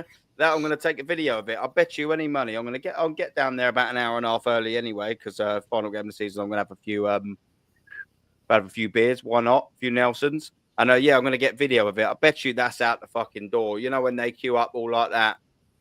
Absolutely, man. I'll be looking forward to that. Yeah, I don't even like the new kit. It's so fucking plain. They look all the same anyway. Yeah, I've even seen it. Have you not? Let me get it up. You can't be bothered, mate. Seriously. I'm just glad I'm a triple XL. So even if I wanted to buy anything, it ain't going to fit me. No, Darren, you're old school, man. Yeah, we've done a lot of shows together, right? Over the years, four years, something like that. Yeah, long time. And it's the same rinse and repeat, isn't it? It goes on and it goes on, and the same people that you ask, right, sack him this time, they go, oh no, give him another season. And your heart sinks when you hear it. Yeah. It is boring now, isn't it? It is the point that I can't be asked for the club anymore. I'm like bored to death. I am bored with this club. I mean, it used to be, Aaron, you know it. DJ knows, Kyle knows, Darren knows, Normsky knows. You used to get excited. You used to get up for it. You used to get, oh, fucking hell, yeah, we got a game this weekend. Even though it was the end of the season, right? And you're out of the championship. You're not going to win it. But at least you're thinking, we got the fucking FA Cup. Yeah. You're in the FA Cup. Yeah. Yeah. Nothing. You don't get any of that anymore because this clown is Our Galacticos. I went in the club shop last Wednesday. Our Galacticos are Martin Odegaard and Beth Mead. That's our Galacticos. That's mad. Well, that's madness when you say that out loud, isn't it, man? Like our Galacticos. Yeah, Aaron, I just want to ask you a question. Quick question. Go on, bruv. Before I shut up. How much do you now pay for a season ticket in the North Bank? I think I'm up a tier. I'm sure. I don't know whether they deducted some of this because, like, last season before they changed the scheme, I think I was owed a game because we'd done so crap in the FA Cup. But I think it was $14.75. Now that might have been, it might have been 1,500 and something if they didn't take that game away. But either way, we'll round it up, 1,500 quid. And this old tickets, right? Yeah. 1976 as a first season ticket I had in the North Bank as a full member was £84. What, 84 quid. Whereabouts was you sat? Sorry? Whereabouts was you sat? No, it was Terrace, mate. Oh, Terrace. Oh, of course it was. Yeah, fucking silly sod. Yeah, I was more sort of meant. Where was you stood then? Yeah, geographically, North Bank, Clock End. No, I was always in the North Bank. Always. Yeah, you've always been there. Yeah, I knew you was when you was at the Emirates and that. Yeah. No, when I was at the Highbury, I was always, as an adult ticket, 16, I was always in the North Bank. I had a schoolboy enclosure ticket before that. And with my granddad, I was in the Upper West. But when I got my own first season ticket, it was £84. Jesus Christ, yeah. It's gone up a couple of quid since then, man. Yeah. And James, could you get that season tickets? Could you get that season ticket quickly, or did you have to wait to get that season tickets, or what was the system like back in your day, James, to get that season ticket? No, it was automatic, man. If you'd been there, like I'd never had a season ticket because I went when I was a kid. I couldn't get one. I had a schoolboy enclosure ticket up to the age of 16, and then 76 I got straight in with a season ticket. There's no dramas like there are now. Yeah. Basically, if you lived around the area, you walked in to the ticket office at the end of the season and you put your money in and you walked out with and next season you had a season ticket. Yeah.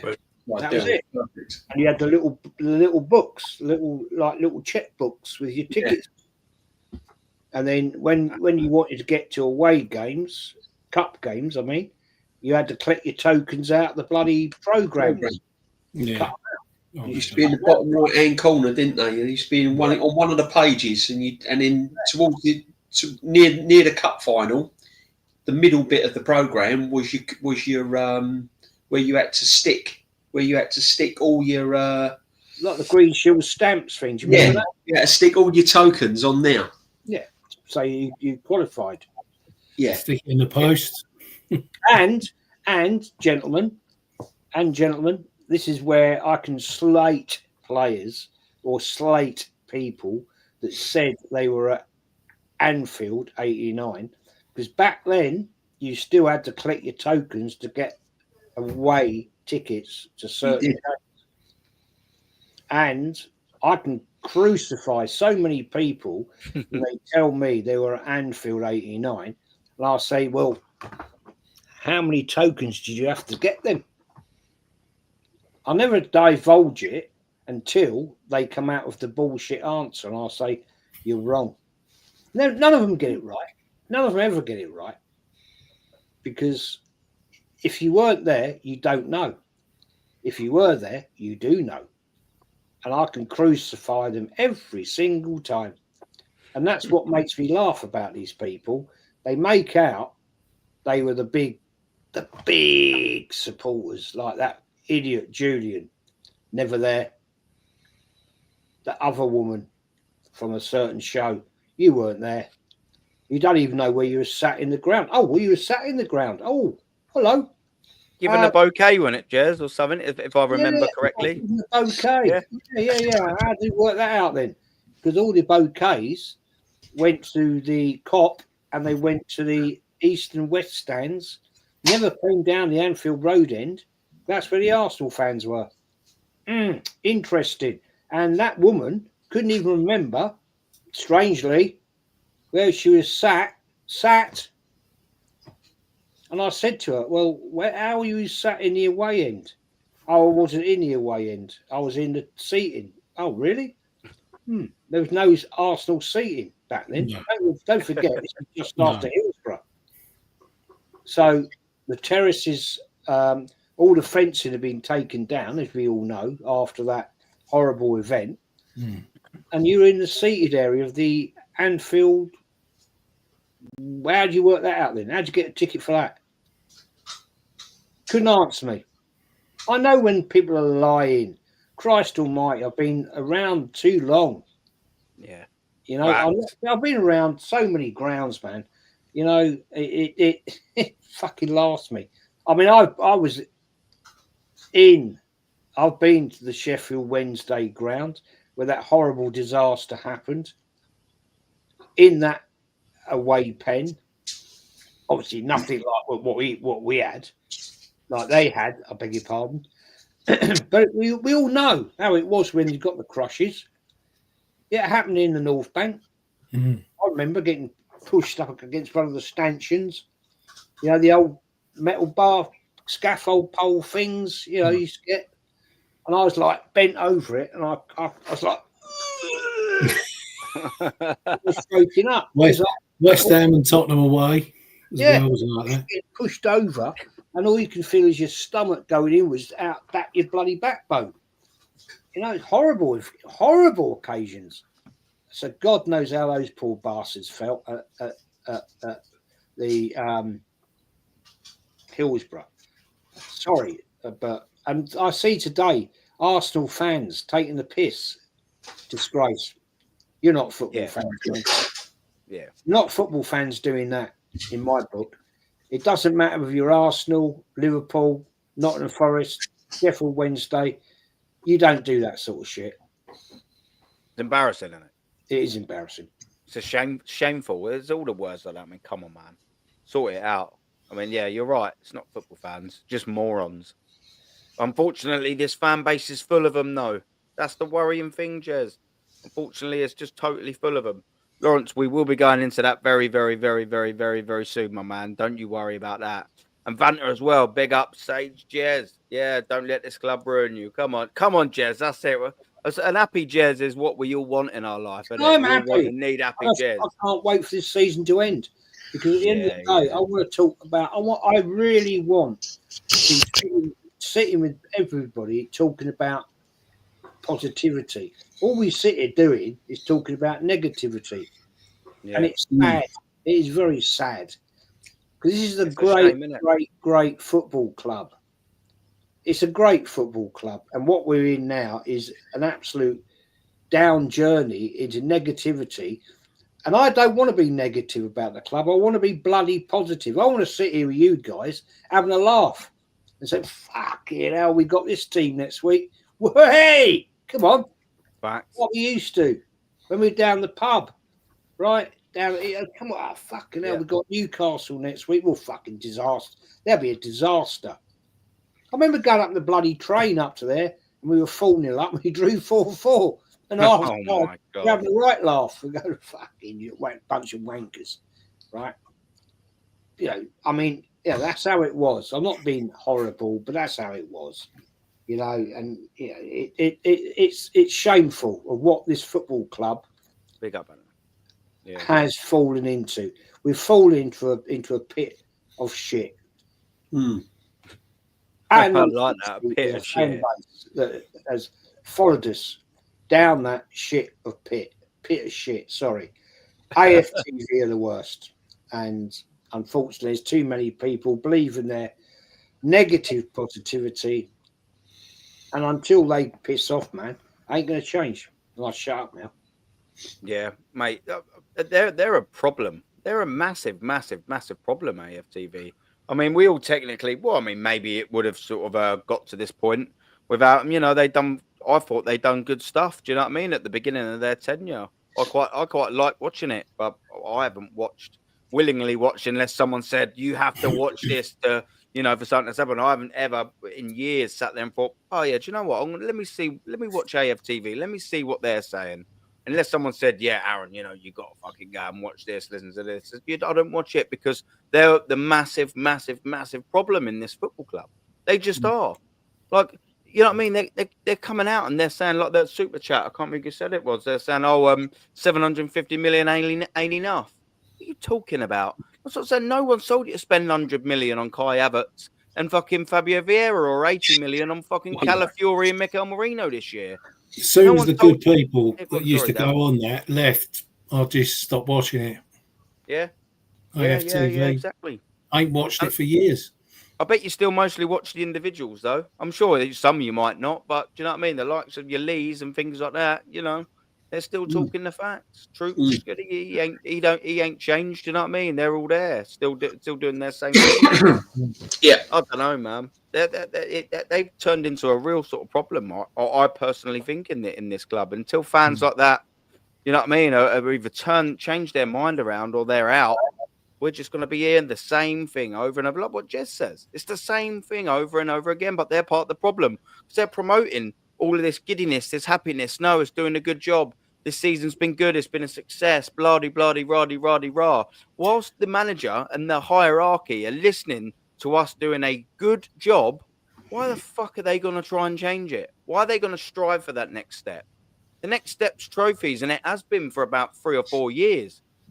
What are we doing here? Let's not pretend that in the first 2 years he didn't spend a lot of money. The first 2 summer transfer windows, he spent about 300 million. Look, DJB said it's took this geezer fucking 15 million on Chiesa, and he's done that. I mean, come on, man. When's it just gonna stop? I mean, I don't know. I don't know. Maybe I'm having a little waffle. Maybe someone needs to come and help me out. Maybe I'm talking shit. We can only hope that the mess that he's got to look at in the summer, transfers, new contracts, players leaving, he starts getting beaten early in the season next year. Yeah. That's our only hope. Yeah. Yeah, fact, exactly. Didn't have to buy Fabio Havertz. That's 100 million quid. 100 million quid. In at the same amount of fucking time, Isaac was available for 60, 70 million. Bruno Guimaraes was available for 35. And we've got these 2 fucking plonkers instead. And I can't tell you, Zubimendi is any better than Fabio Vieira. Don't know what he does. I don't Zubimendi. It don't excite me. Zubimendi don't excite me. No, I don't know anything about him. He doesn't excite me. I've seen bits of him and that, but he doesn't excite me. He's not that. Give me a Tonali at Newcastle, Bruno Guimaraes at Newcastle. That'll excite me. Yeah. And he ain't none of them. No way. He ain't even a McAllister at Liverpool. This is what I'm saying. We've bought crap again. I'm not saying he's crap, but he's not. He's not what this club needs. He's not the player we need. We need a dynamic, flowing, attacking football player in central midfield because we haven't got a creative player in that team. There's no creativity from midfield in that team, and that's what we need. We need someone with creativity. And people's going to say to me, "Oh, Odegaard is." Well, he's not. He's proven now this season. He's proven what Odegaard is. He's You know? another sideways, backwards merchant. Yeah. He's no pressure FC, isn't he? He's a no pressure FC player. You know, when the pressure's off, Odegaard comes to town. When it's on, he's not around. And he's if you look at his performances this season, it's been absolutely woeful, and we just haven't got it. Yeah. I mean, everyone's got, oh yeah, Zubimendi. What? And what? What's he gonna give me? Nothing. How much is it going to cost? Exactly, 60 odd mil, 60 mil. Yeah, I think it's about 60 million euros. Yeah, Not cheap. But then you got and then you look at Zubimendi, and then you look at Tonali at Newcastle. You look at Bruno at Newcastle. You look at the young Rodgers at Aston Villa and players like this. You look at Eze at Crystal Palace. Look at the form he's in now. Yeah, someone should mention that in the chat. Yeah, right. Back. So you look at there's three players there, and we're all going, oh, Zubimendi this, Zubimendi that. He's what we've already got. Is he best than sideways, backwards? He's not an attacking midfield player. Facts. Just quickly to interject there, Kyle Walsh does have to shoot my man. Thank you very much. Your link is in the chat.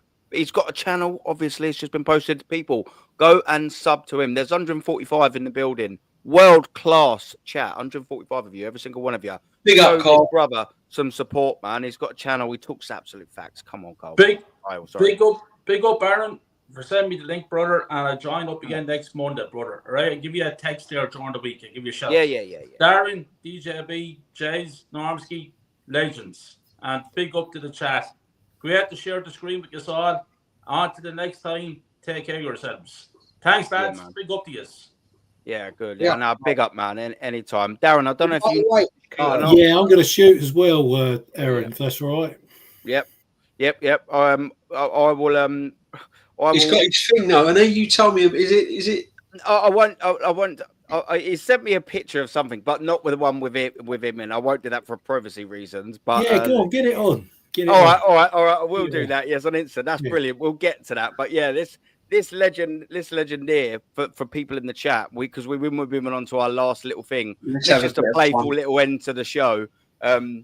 So we've been doing last week, we're doing our merch things, and we've been dressing people up just for the fucking crack of it, taking the piss out the Arsenal merch and the overpriced shit of it. And we've just been having a go through some of our favourite people in the chat, our panelists, and just dressing them up, you know what I mean? And just having a bit of fun with DJB. And Darren actually took it one further. He's already mentioned in the chat today that he was at the club, at the club store. And he tried some of it on. Some of the stuff, And I did a live Insta in there as well. You can see that on my Instagram, Darren Sullivan 49. So it's pinned in the chat, people. See what I started, chat last week. This was I sort of said. I think Daz was in the chat, wasn't he? And I said, "Oh, come on, that's a bit of Dazza there. I'll get Dazza in there." I fancied the striped shirt at 55. Yeah, I Normski in the shirt. Unfortunately, I'm a treble XL, so I've been down the gym today trying to shred it off. So, oh, lovely, mate. We want to see them guns just bursting out of it, mate. You know what I mean? In a couple of months, you know what I mean? Yeah. Go on, Daz. Oh, that's absolutely funny, man. No, it was brilliant when I see it. When you messaged me over, and I was looking at it, I was like, oh, he's only gone and done it. It was brilliant, man. It proper brought my mood up, man. Oh, it's funny as fuck. And if I'm all right to share it now, just quickly while you're here, just for a couple of minutes. So we'll use this as a segue. So obviously we picked a nice shirt for Dazza, and he duly put it on. Oh, Dazza, mate. There it is. I knew it. I knew it, mate. In the changing rooms. I knew it. I mean, you've got quite a smart top there. I like that.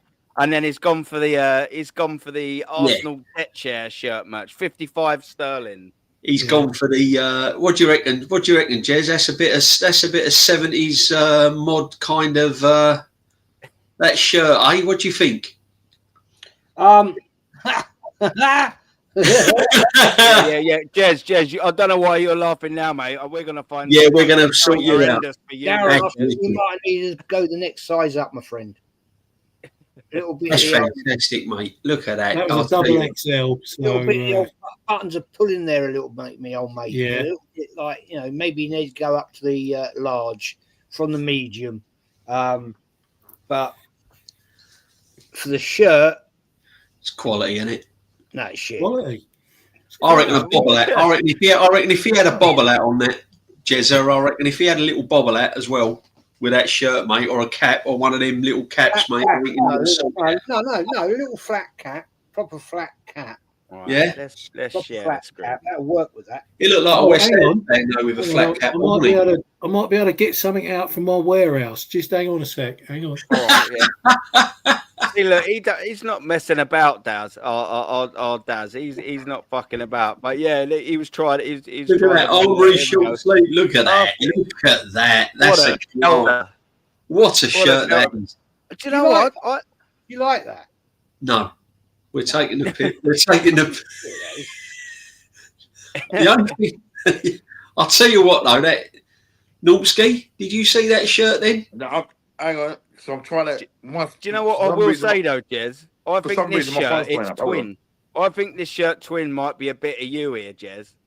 Here, look. This is definitely a bit of you, Jez. Get out of here. That's it. I can see that. You and Darren can go to a game together. You know what I mean? As brother and brother, mate. Do you know what I mean? One of you got that one on. That's only 55 quid and all. Just think you can nip to the armory, right? You can get that on your back for your French holiday in a couple of weeks' time, mate. Look at that. Yeah, don't think so. There you go. What, going to a bowling green or something? That's a 1987, 88. Look like he's come up with there. I had one of them, Dazza, and I lost it. I was gutted.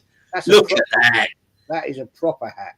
Look at that. Now we are talking. Wow, that is fucking excellent. Look. It's like a silky texture, isn't it? I had one of them.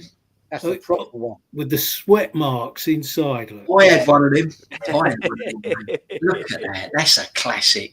It's got sweat from White Hart Lane. Like a little jockey hat, that was. You had one of them, didn't you? You must have had one of them, nonce. Little jockey cap. Yeah. I did. I had one of them. I had one of them as well. Look at that. That is a bit of fucking history. I'll tell you what, with that shirt on, I think that'd go with that, wouldn't it? Look, go with them shorts. I'll tell you what. No, Aaron, it'll go with that. It'll go with that short and sweatshirt number. Oh, what this? Yeah, that's a bit of me there. That is a bit of you, that Jess. What this? Yeah, I'm like that guy with the skinny little chicken legs. Right? That's me. That's Lee, though, isn't it? And that bit of Lee, isn't it? Yeah. Them tiny little legs. Yeah. That's definitely a bit of Gunner, isn't it? Let's have a look. Yeah, look, this is a bit. I know we said it last week, but if that ain't a bit of Jez, I don't know what is. Look at that. The unisex navy knitted polo shirt. Come on, Jez. Yeah. You like a polo, Jez? That's good, isn't it? That's a bit of you, isn't it? Not really, no. Come on. Talk to me, Jez. No? Not really. I can see Matty in that. That's a bit of Matty, isn't it? It's a bit of Matty. That is Matty. That is a bit of Matty. That's the Southern Gooner look, isn't it? That is a bit of Southern Gooner, that jump. The hat to the right of it, 35 quid. I'll tell you what, Matty, if you are watching, bruv, the knitted unisex polo shirt with that gunner's hat for 35 quid, 100 quid there, you're a member, get 10% off, 90 quid for that. Matty, Southern Gooner. They'll love that. They'll love that going across the pond, mate. They'll love that going. You wear that. I'll tell you what. You wear that in the US, mate. I'll tell you, they'd be all over you. Flies on ship. Oh look, Jez has got the old hat on. He's already got one. Jez has got one. Look at that. Proper hat. Proper. He's not messing about. There we go. And he's got the pins on it. Yep.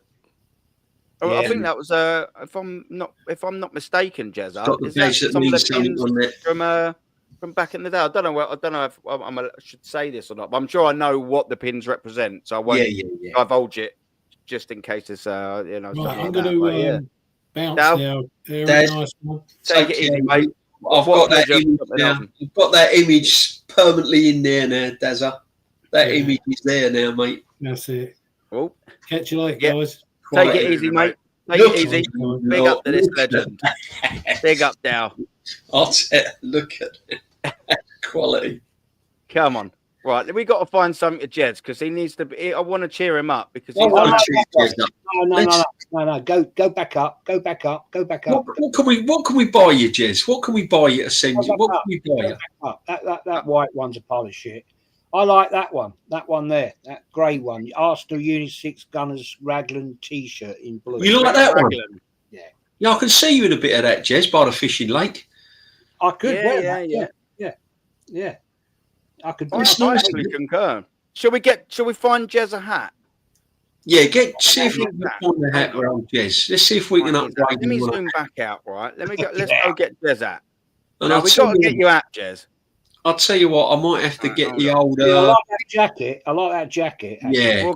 We'll go back to jackets one sec. Look. And I'll tell you what, Aaron, in the chat, I think I might have to get the old Vanta Silver, mate. He's gonna get it. I'll be at Vanta, is he? Yeah, and we've got to get Lawrence. I've got a nice bit of merch for Vanta, mate. You know what, Lawrence? We'll start off with them. Vanta, Lawrence, and Jezza. We're gonna get them right up. But do you know what? I reckon this is Bruce Banana one. That's a bit of Jez, isn't it?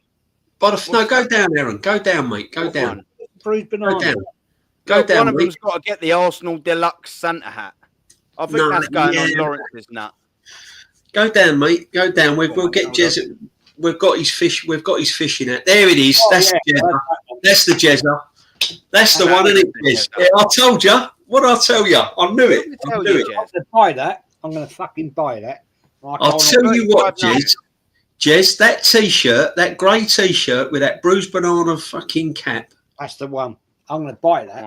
Sitting there by the fishing lake, mate. That is definitely. Let's see how much it's going to cost to kit Jez out. Look at that, chat. Just take a look at that. I don't care. I'm having that. Look at that on the Godfather. Look.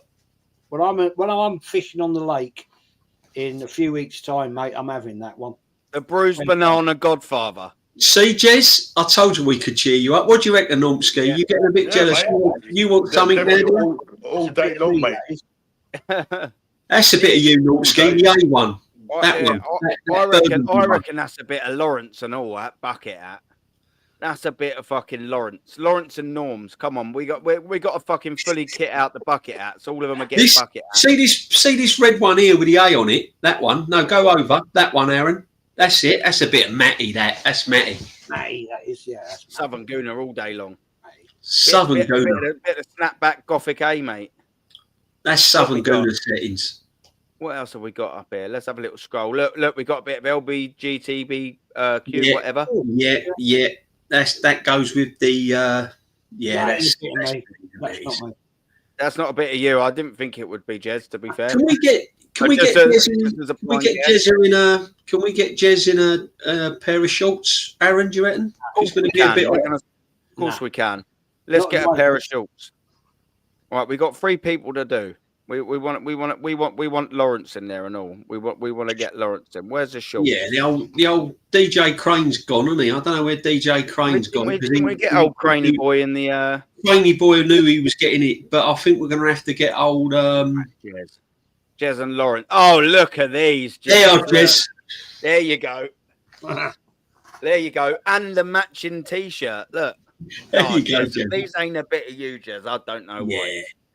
Come on, Jez. What we saying? This is look. Legs for it, mate. I ain't got the legs for it anymore. This is a bit of Lee Gunner. We're gonna make sure. I'm gonna put him in. I'm gonna put him in them.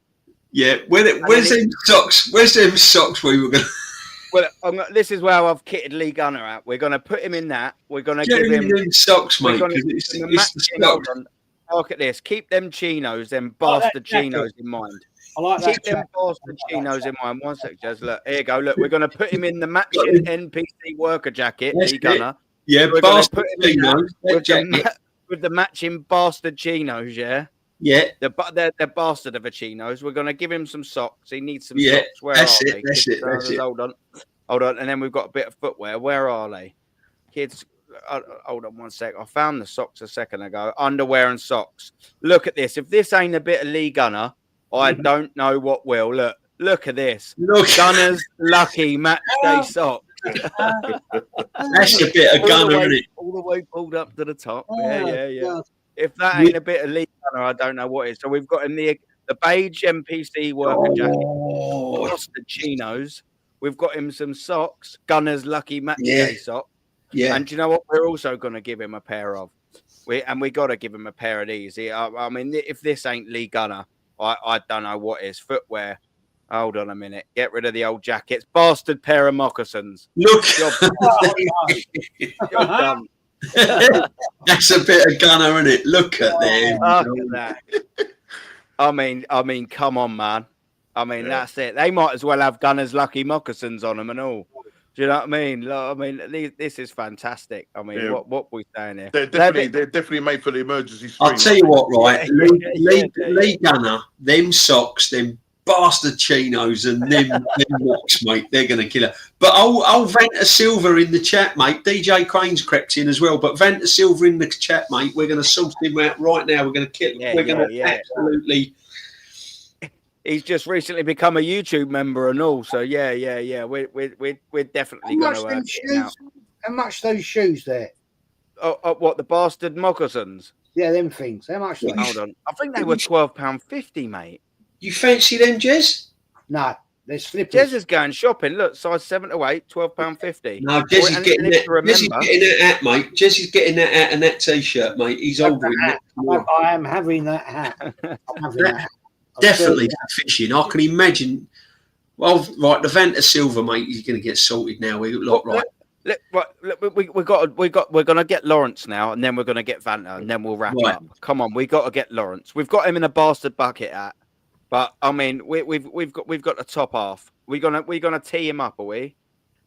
Lawrence, I think. No, hang on a minute. Let me get my head around Lawrence. Definitely not that shirt. It's not the shirt, is it? No, I think that big A t-shirt, mate.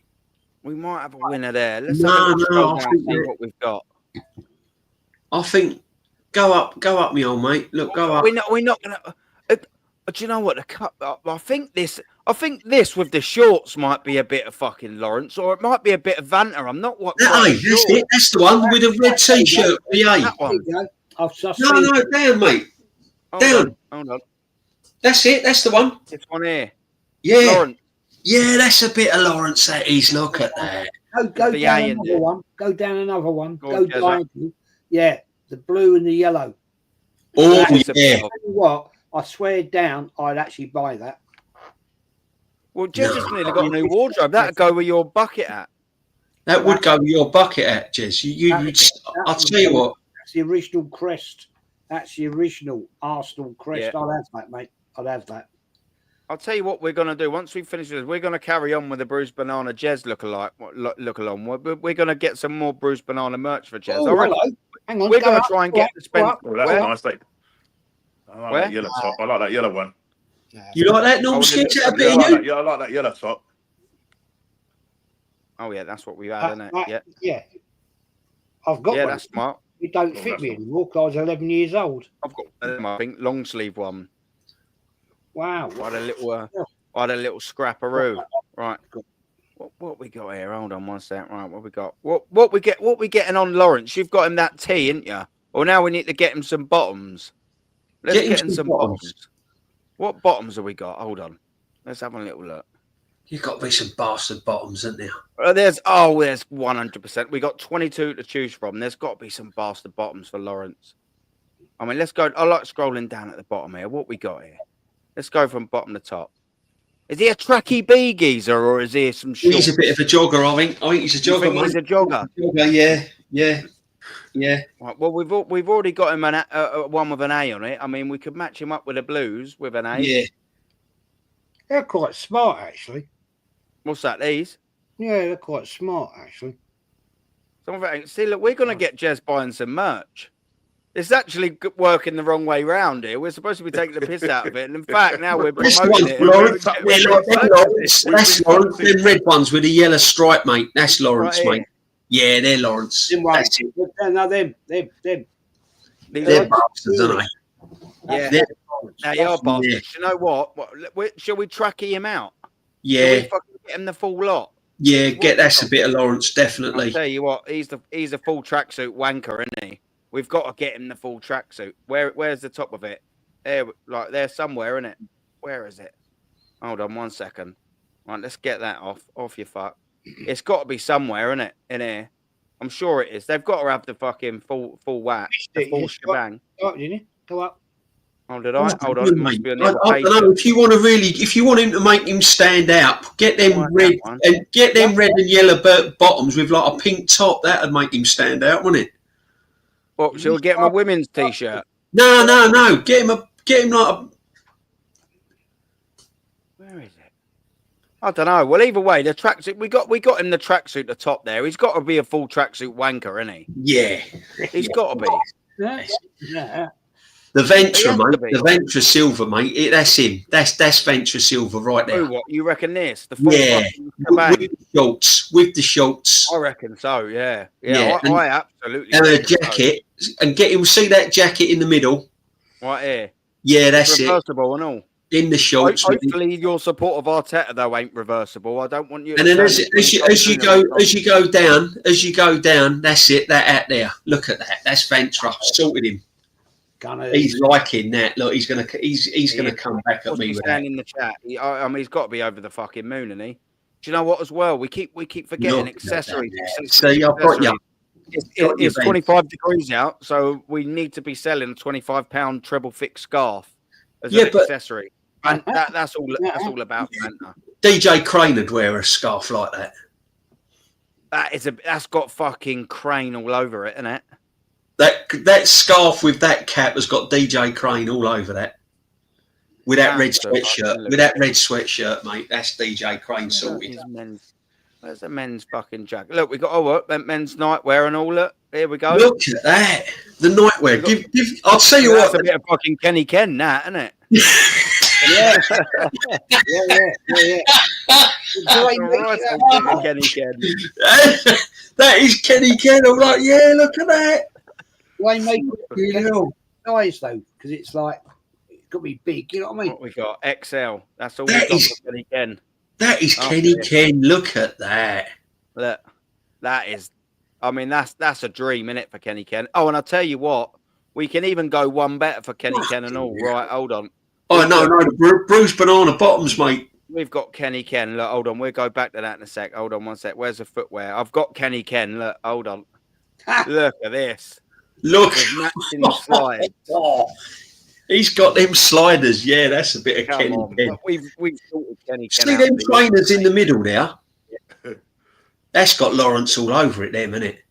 160 quid. Yeah, 160 quid for Lawrence's Stella McCartney Ultra Boost shoes.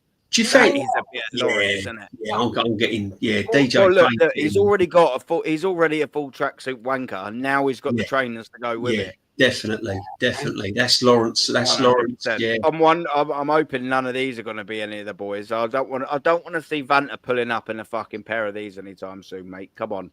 Do you know what I mean? We can't be doing any of that. We got Moccasin Gunner, we've got Slider Ken, and we've got full tracksuit wanker Lawrence in the old £160 pair of trainers. Jesus Christ. You know what I mean? That's it. What have you got? I can see Jezza and all. You've got to share that with Lee. They're a bit of you, isn't they, Jezza, the old moccasins? No. I don't know. I can see it. What do you reckon, Nolsky? No, honestly, definitely I can see Lee sitting in those in emergency meetings. Definitely. 150%. With his Gunner's lucky socks. Matty, we've got to sort Matty out. Well, what we got Matty on a t-shirt, isn't it? Yeah. We got Matty a t-shirt and that we've baseball. got the bucket out, haven't we? We've got the bucket out for. We've got the bucket out. What are we missing with Matty? What are we missing? Are we missing a little? Shall we go in these jackets and see what we got for Matty? Bottoms, I think we're missing for him, aren't we? Got some bottoms for Matt. Come on, let's go and get some bottoms for Matt. We can't miss out the fucking Southern Gooner, mate. Not him. Trousers and shorts. More shorts. He's shorts, defo. 100%. I reckon shorts like that. I reckon that's a bit of Matty. Yeah. Yeah, might- I like them. that might be a bit Yeah, of that's Matty, Matty, you know? definitely. That's the Matt stuff. That's a bit. Yeah. Badge and all. Hey, hang Pardon? on. Go back up. Go on. Go back up. Go back up. You say something, Jez, or what? Go back up. Right. This is click the top. On the shorts. Click on the shorts. He's on. Arsenal. Then, yeah. How come they're showing the old badge? Yeah, to sell the merch, mate. That's what it And the is. They cannon's don't- facing don't the right way.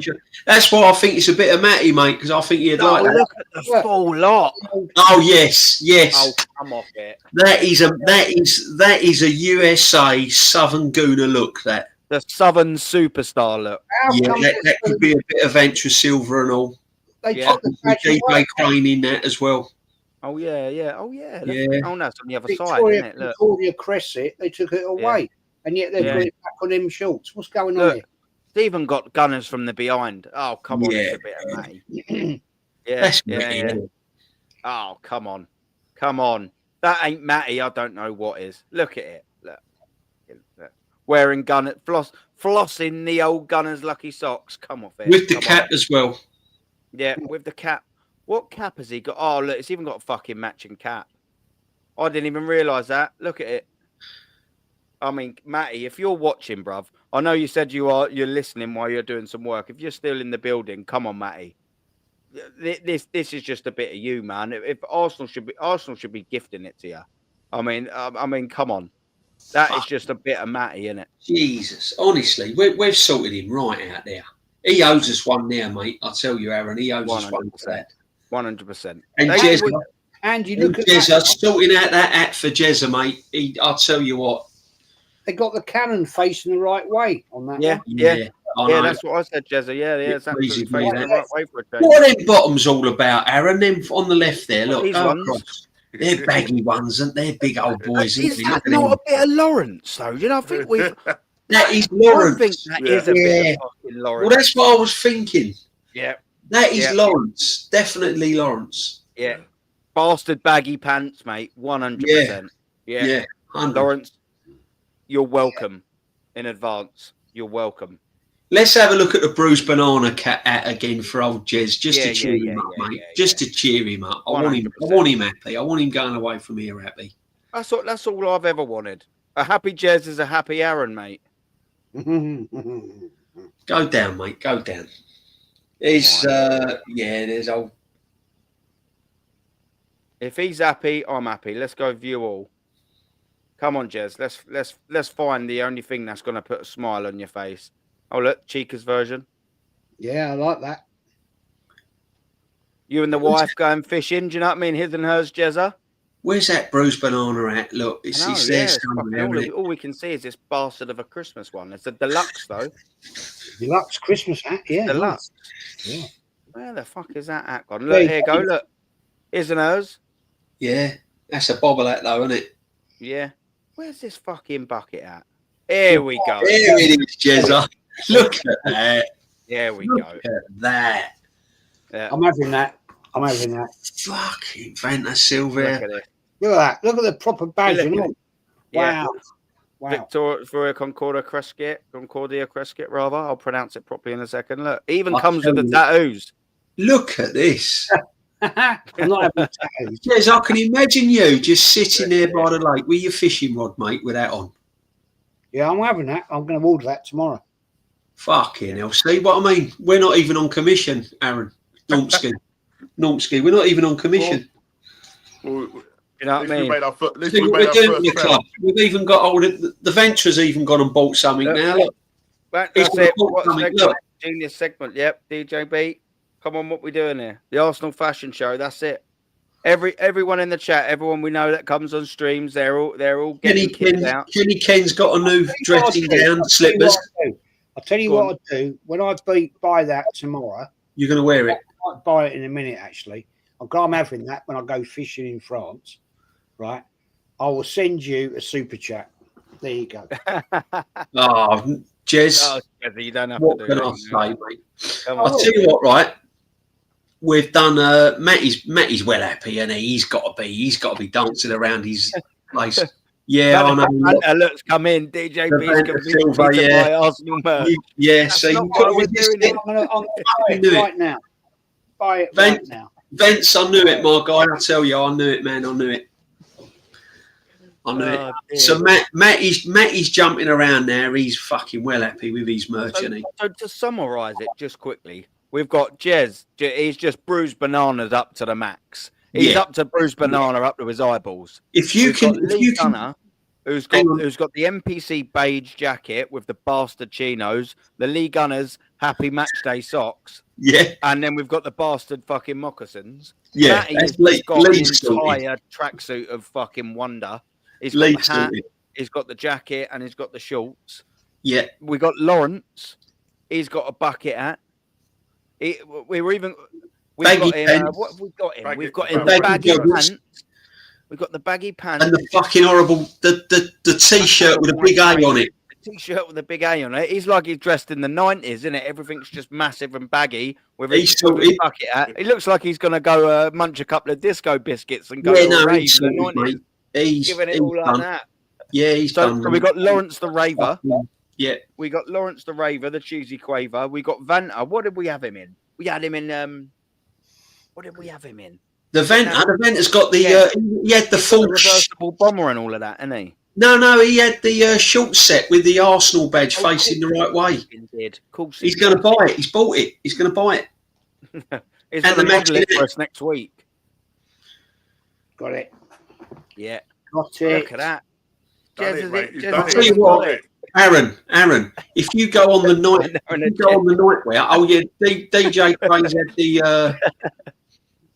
If you go on the nightwear, we might be able to get Jez a bruised banana PJ bottoms. Hang on a minute. I'm sure they were some there, weren't there? Yeah, bruised banana PJ bottoms. Hang on a minute. Right, where are we? That's old Venter's cat there. Underwear and socks, men's nightwear and underwear. Here we go. Lee Gunners bastard match day lucky socks. Oh, look at it. Jess, there they are. I knew I'd got them. Jez, you gonna have some of that? I knew I'd got them. Jezza, come on, man. You got to where you're at with him. You got to top it as well. It looked like the fucking Jim Carrey at the mask, wouldn't he? Sitting there. You'll have fish fucking run swim away from you. Somebody stop me. You'll have the fish jumping out onto the bank. Look at that. I'll tell you what I can see in that though. Oh dear. I'll tell you what I can see. Let's have a look. Who comes up on the chat? Look, they've all disappeared the chat now. Look at that. I bet you. You know, we've still got about 95 in the building. Do you know what I mean? That's it. Yeah. There's got to be a match in the top. Aaron, do you reckon we could send DJ Crane a bed in one of in that? What bedding? No, do you reckon we can get old DJ Crane in them pajamas? Do you reckon he'll buy them in them PJs? I don't know. I reckon this is it. This is the Crane's night. The Crane's nightwear. That's that, isn't it? Yeah. That's the Crane. That is. I reckon that is definitely the Crane. Yeah, I'll give you that. Yeah. If you go back to those socks, you need those socks. These here. Those winter months. Exactly. Even Normski's found you got for the winter months, Jez. Come on, Normski's sorted out some socks. He's got flying in with the socks, old Normski. Look, why ain't they got off? Can you imagine Jez coming downstairs with the old bruised banana hat, the old pajamas? Oh, mate, he can't wait to get his bruised. Honestly, old Jez can't wait to get his bruised banana hat. What about Shane? Jez is getting the fucking. Aaron, what about Shane Gouda? Oh, hold on. Look, Jez, look. Jez needs the brolly. He needs the brolly. Yes. There you go, Jez. You got to have that, Jez, surely. No. Yeah, look, Vanta's back in. Jez is going to look like bananas in pajamas. B1 and B2. Oh, mate, that's fun. Oh, it's quality. What about the Shane Gouda, mate? He loves a bit of dressing up. He likes a bit of bruised banana and all, but he loves the bruised banana. That's Shane Gouda. That is. We'll get him the brolly. I'll tell you what. We'll just stick him in them pajamas. We've sorted you right, and the cup. So, like bruised banana. pajamas for Shane. His Look, we cup- can even put a J on it. Look, Yeah. we can even put a J on it for Jezza. Yeah. Come It's on, all Jez. falling together, isn't it? Come on, Jez. It's all bleeding coming together. Look, the old works. Look. That's Shane. That's Shane Gooner. That's Shane Gooner. That. Yeah. What we got all the way down there? We've even got a telephone cover for you, Jez. Look. Jez, look, for the iPhone, mate. You've even got a fucking banana. Look, you've even got a biscuit tin, Jez. Look, come on, mate. Come on, look. So you can sit there with your brolly and your hat. Do you know what I mean? You get some biscuits and you can dip them into your mug with J on it. Oh, we've looked after you, Jez. Right looked after you. Look, even you. Look, there you go. Look, Concordia socks. Look, if you know what I mean, if you get a little bit bored, you know what I mean, go down the fish and chip shop. Yeah, you got a wallet there. Look, they've got everything, haven't they? They've got everything. They're all getting everything. Up, it's a shame. It's a shame they can't fucking put details to their manager in it like they do their merch. Yeah. Oh, look, it's all gone off a little bit, isn't it? Yeah. Yeah, mate. Class merch there. Funny, man. That's funny, man. Yeah, we've hooked Jez right up, man. I hope you're grateful, Jez. We've put a lot of time and effort into this. Just for you, Jez. I'm overwhelmed. I'm glad he's smiling, though. I'm glad that's what it's all about, DJ Crane. Right, yeah, so we've had the Lawrence done, we've had the Crane done, we've had Vents done. Matty's been done. He's been cooked. Lee's been done. I think we've done a good job, haven't we, gents? Yeah. I think we've done really well here. I don't think there's many more to come now, is there? It's just trying to go for the cup. No, he's trying to order that hat on the lorry. He is. I'm telling you. I can read him like a book. Pants down, isn't it? I told you. What did I tell you? I can read him like a book, mate. I say I can read him like Arteta's starting lineup. Jez goes for the banana hat. He's ordering the bucket hat. He's straight in there with a bucket hat.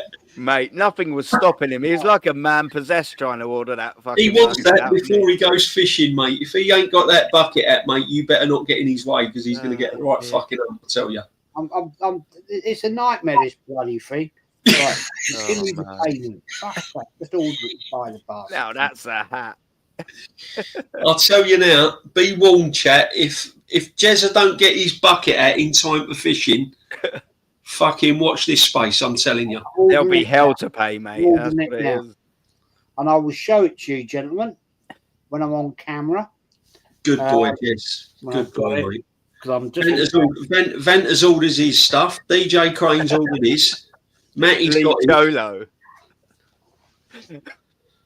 The old Cholo with a bastard chino. Bastard chinos. Oh dear. Oh, that's funny, man. This is why we've been doing it last couple of weeks. You know, it's a shame there ain't those more merch has been sold like over the course. We'll do it sporadically next year, D.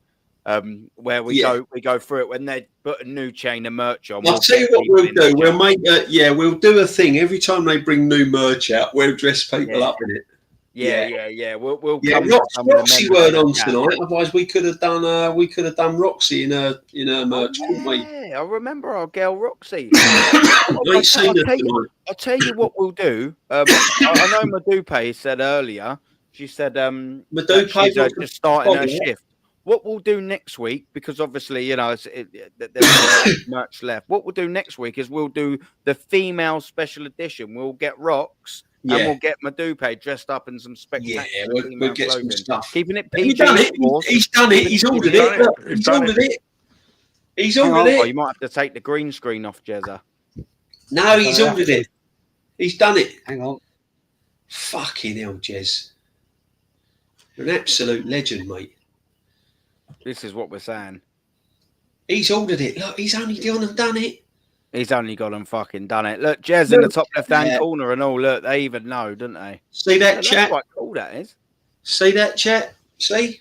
We'd sell anything we could. Snap, mate. Fucking snow to an Eskimo, mate. Venter, I hope you got your gear. DJ Crane, you better get your gear. That's it. Nonkski's got his shirt coming. I love the old bruised banana shit. It's lovely. Beautiful. Yeah, That's why I said them PJs would look good on you, Jez. We'll do. We'll get Kyle in on something, and then we'll do the special female version next week because Roxy weren't in the chat. She was in the chat last night or the night. Was it yesterday?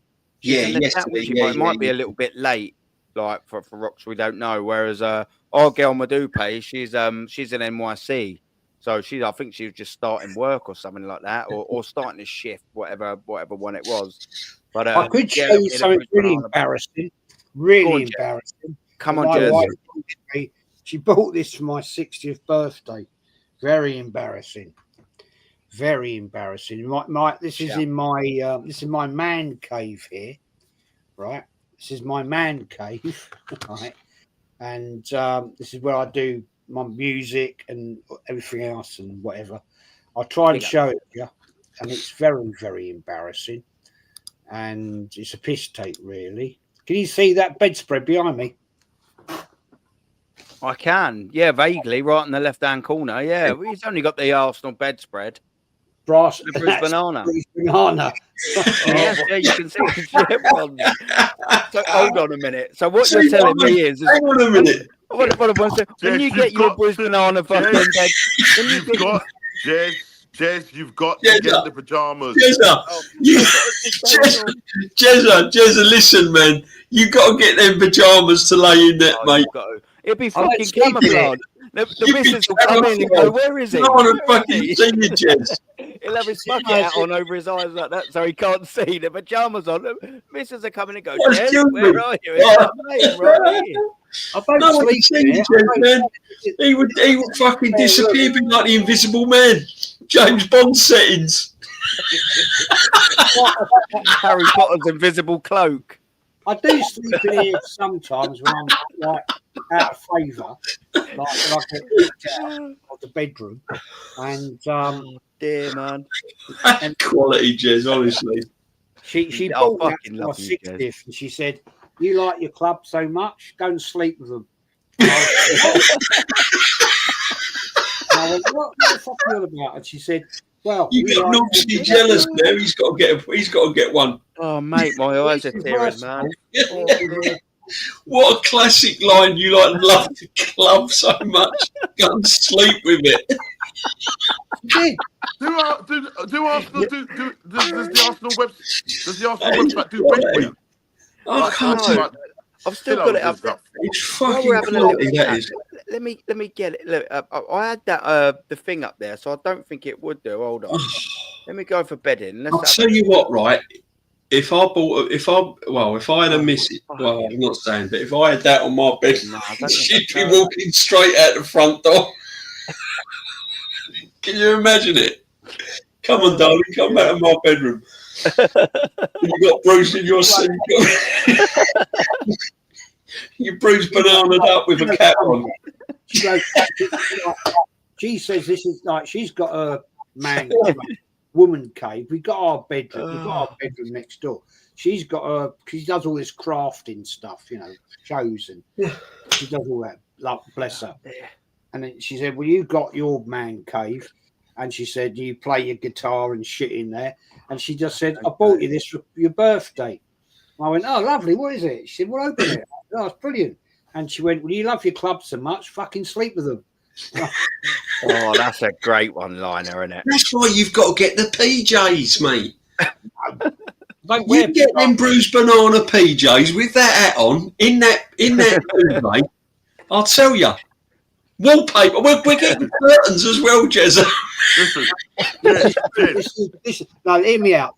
Last year I had to go and have a heart bypass. You know about all that shit, right? And I don't wear pajamas. I don't wear pajamas. And the wife said, "Well, you got to get some pajamas." And I said, "No, I don't want." "Oh, all right, okay, fair enough." So my daughter, Jodie, bless her, turned up and said, "Dad, I bought you some pajamas." I went, "Oh, thanks very much." And they were fucking Peppa Pig ones.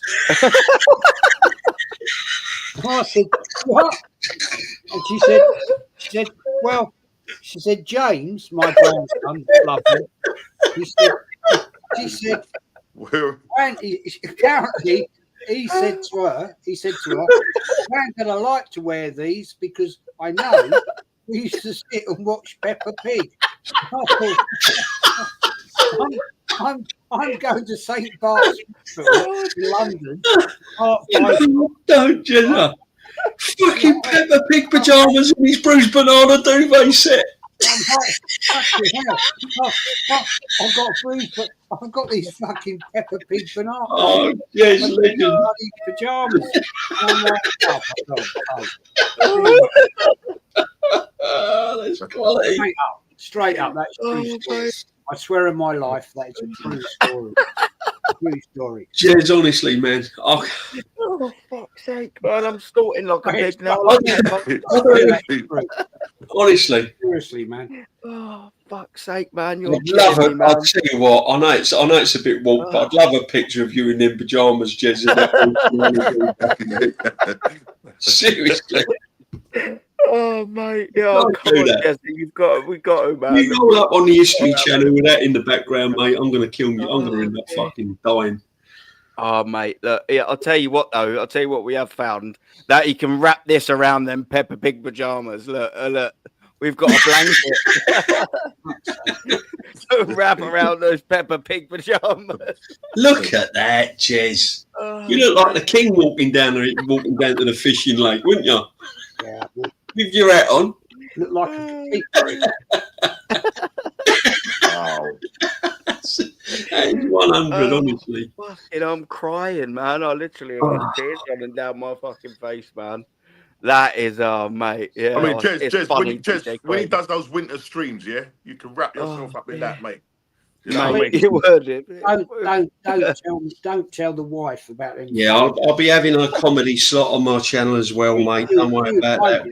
And Aaron, she would buy me in funny pajamas. You got to have a comedy slot, mate. Yeah. I don't think there's enough comedy on the internet, mate. Honestly, that's just phenomenal, man. My side's fun. Oh yeah, that's fun. Jez, man, you have fucking just made me literally tear. I've got tears running down my face, man, laughing now. I ain't laughing like that, mate. Peppa Pig pajamas. Oh, mate, that was the last thing I was expecting you to lob out there, Jez, man. Oh, it's absolutely killed me. That has absolutely. You ain't still got them, Jez, have you? I have actually, yeah. I have. I don't wear them. I hope not. I don't wear pajamas. Granddad Pig, oh my God. I had all of that. From the nurses. Granddad Pepper. Oh, it's Granddad Pepper. I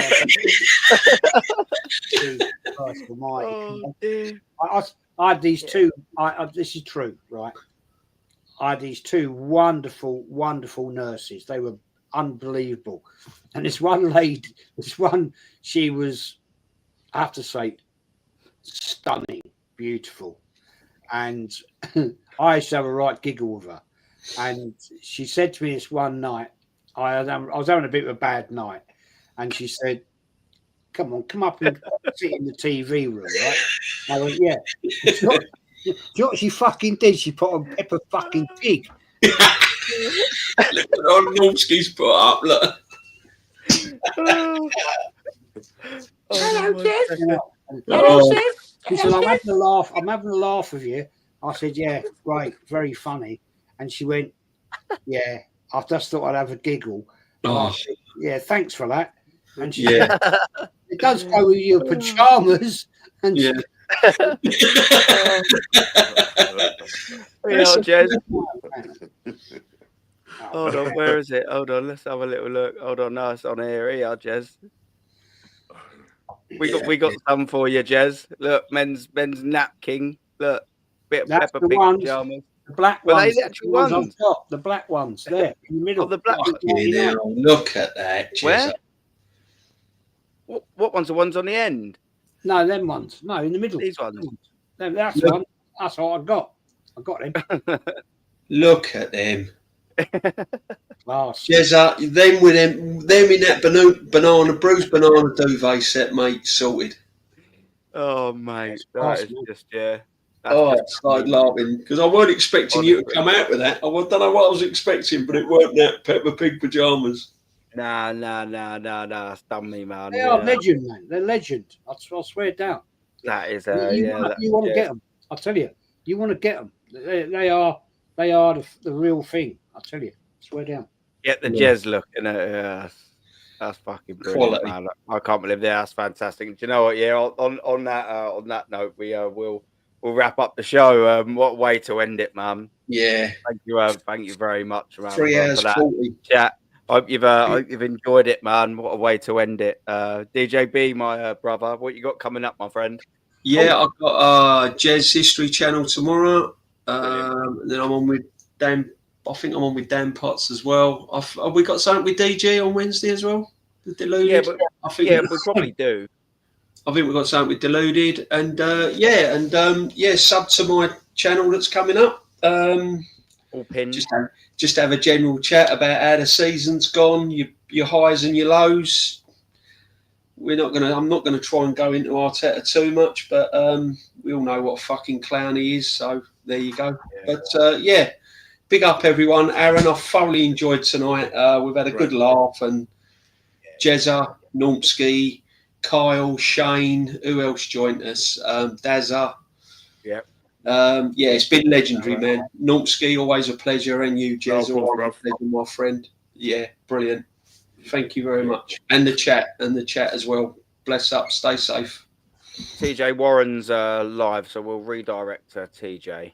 Oh, do you know how to redirect now? Because I don't. Yeah. Lee showed me how to do it. Normski, what you got coming up, my brother?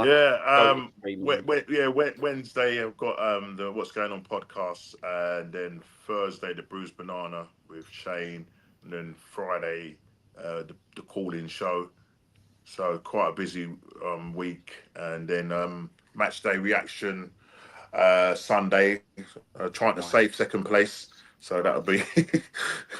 So that's kind of my week. So it's been a busy week of streaming. Not gonna lie, but it's been a pleasure though. Yeah, been a pleasure. Big up to the chat. They've been in there. They've had a laugh. We made them feel happy. Do you know what I mean? If you don't laugh, you cry with this club. So you gotta have a laugh, mate. You gotta have a laugh. Yeah, you got it, man. That's what it's all about. But big up Norms as well, man. And big up to Pepper Pig as well. Yeah. Yeah, big up to Granddad Pepper. Yeah. Legend. This one down, mate. You let the secrets out, mate. Yes, man. You come on. We sensed it. We see it. This ain't our Jez. He's a little bit upset. Well, I said we're chill. Yeah. As long as there's a smile on his face, there's a smile. This has been a brilliant. I've been watching you live since you started the show. It's been a brilliant show, man. Brilliant, absolutely brilliant. No, thank you very much. What have you got coming up, Jezza? 6:30 tomorrow night. We're going to talk about Peppa Pig. That's for the first hour. It's part 2 of the George Graham years, 91 onwards, and then I might do another show later this part of this week. The trouble is, it's so awkward to try and not overlap other people.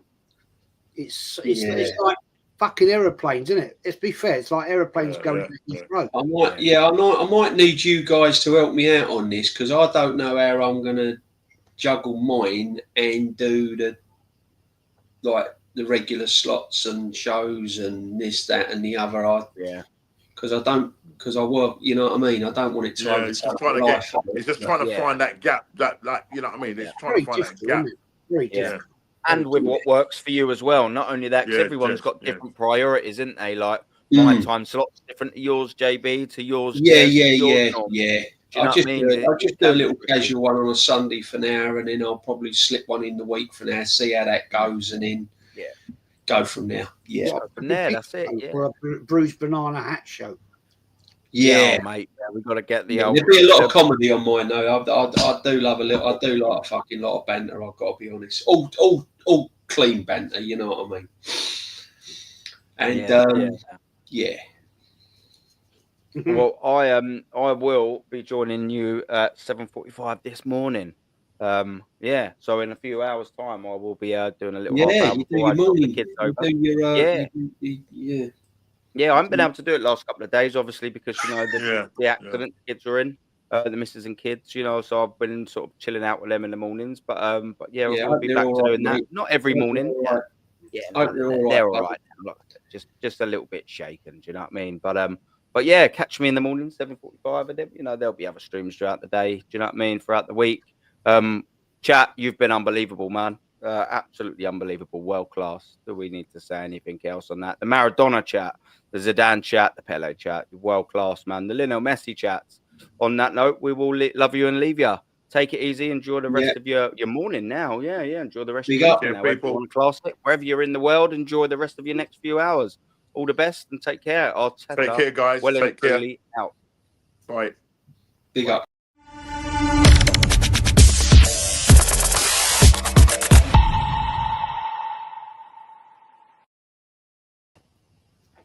Big up, Jez. No.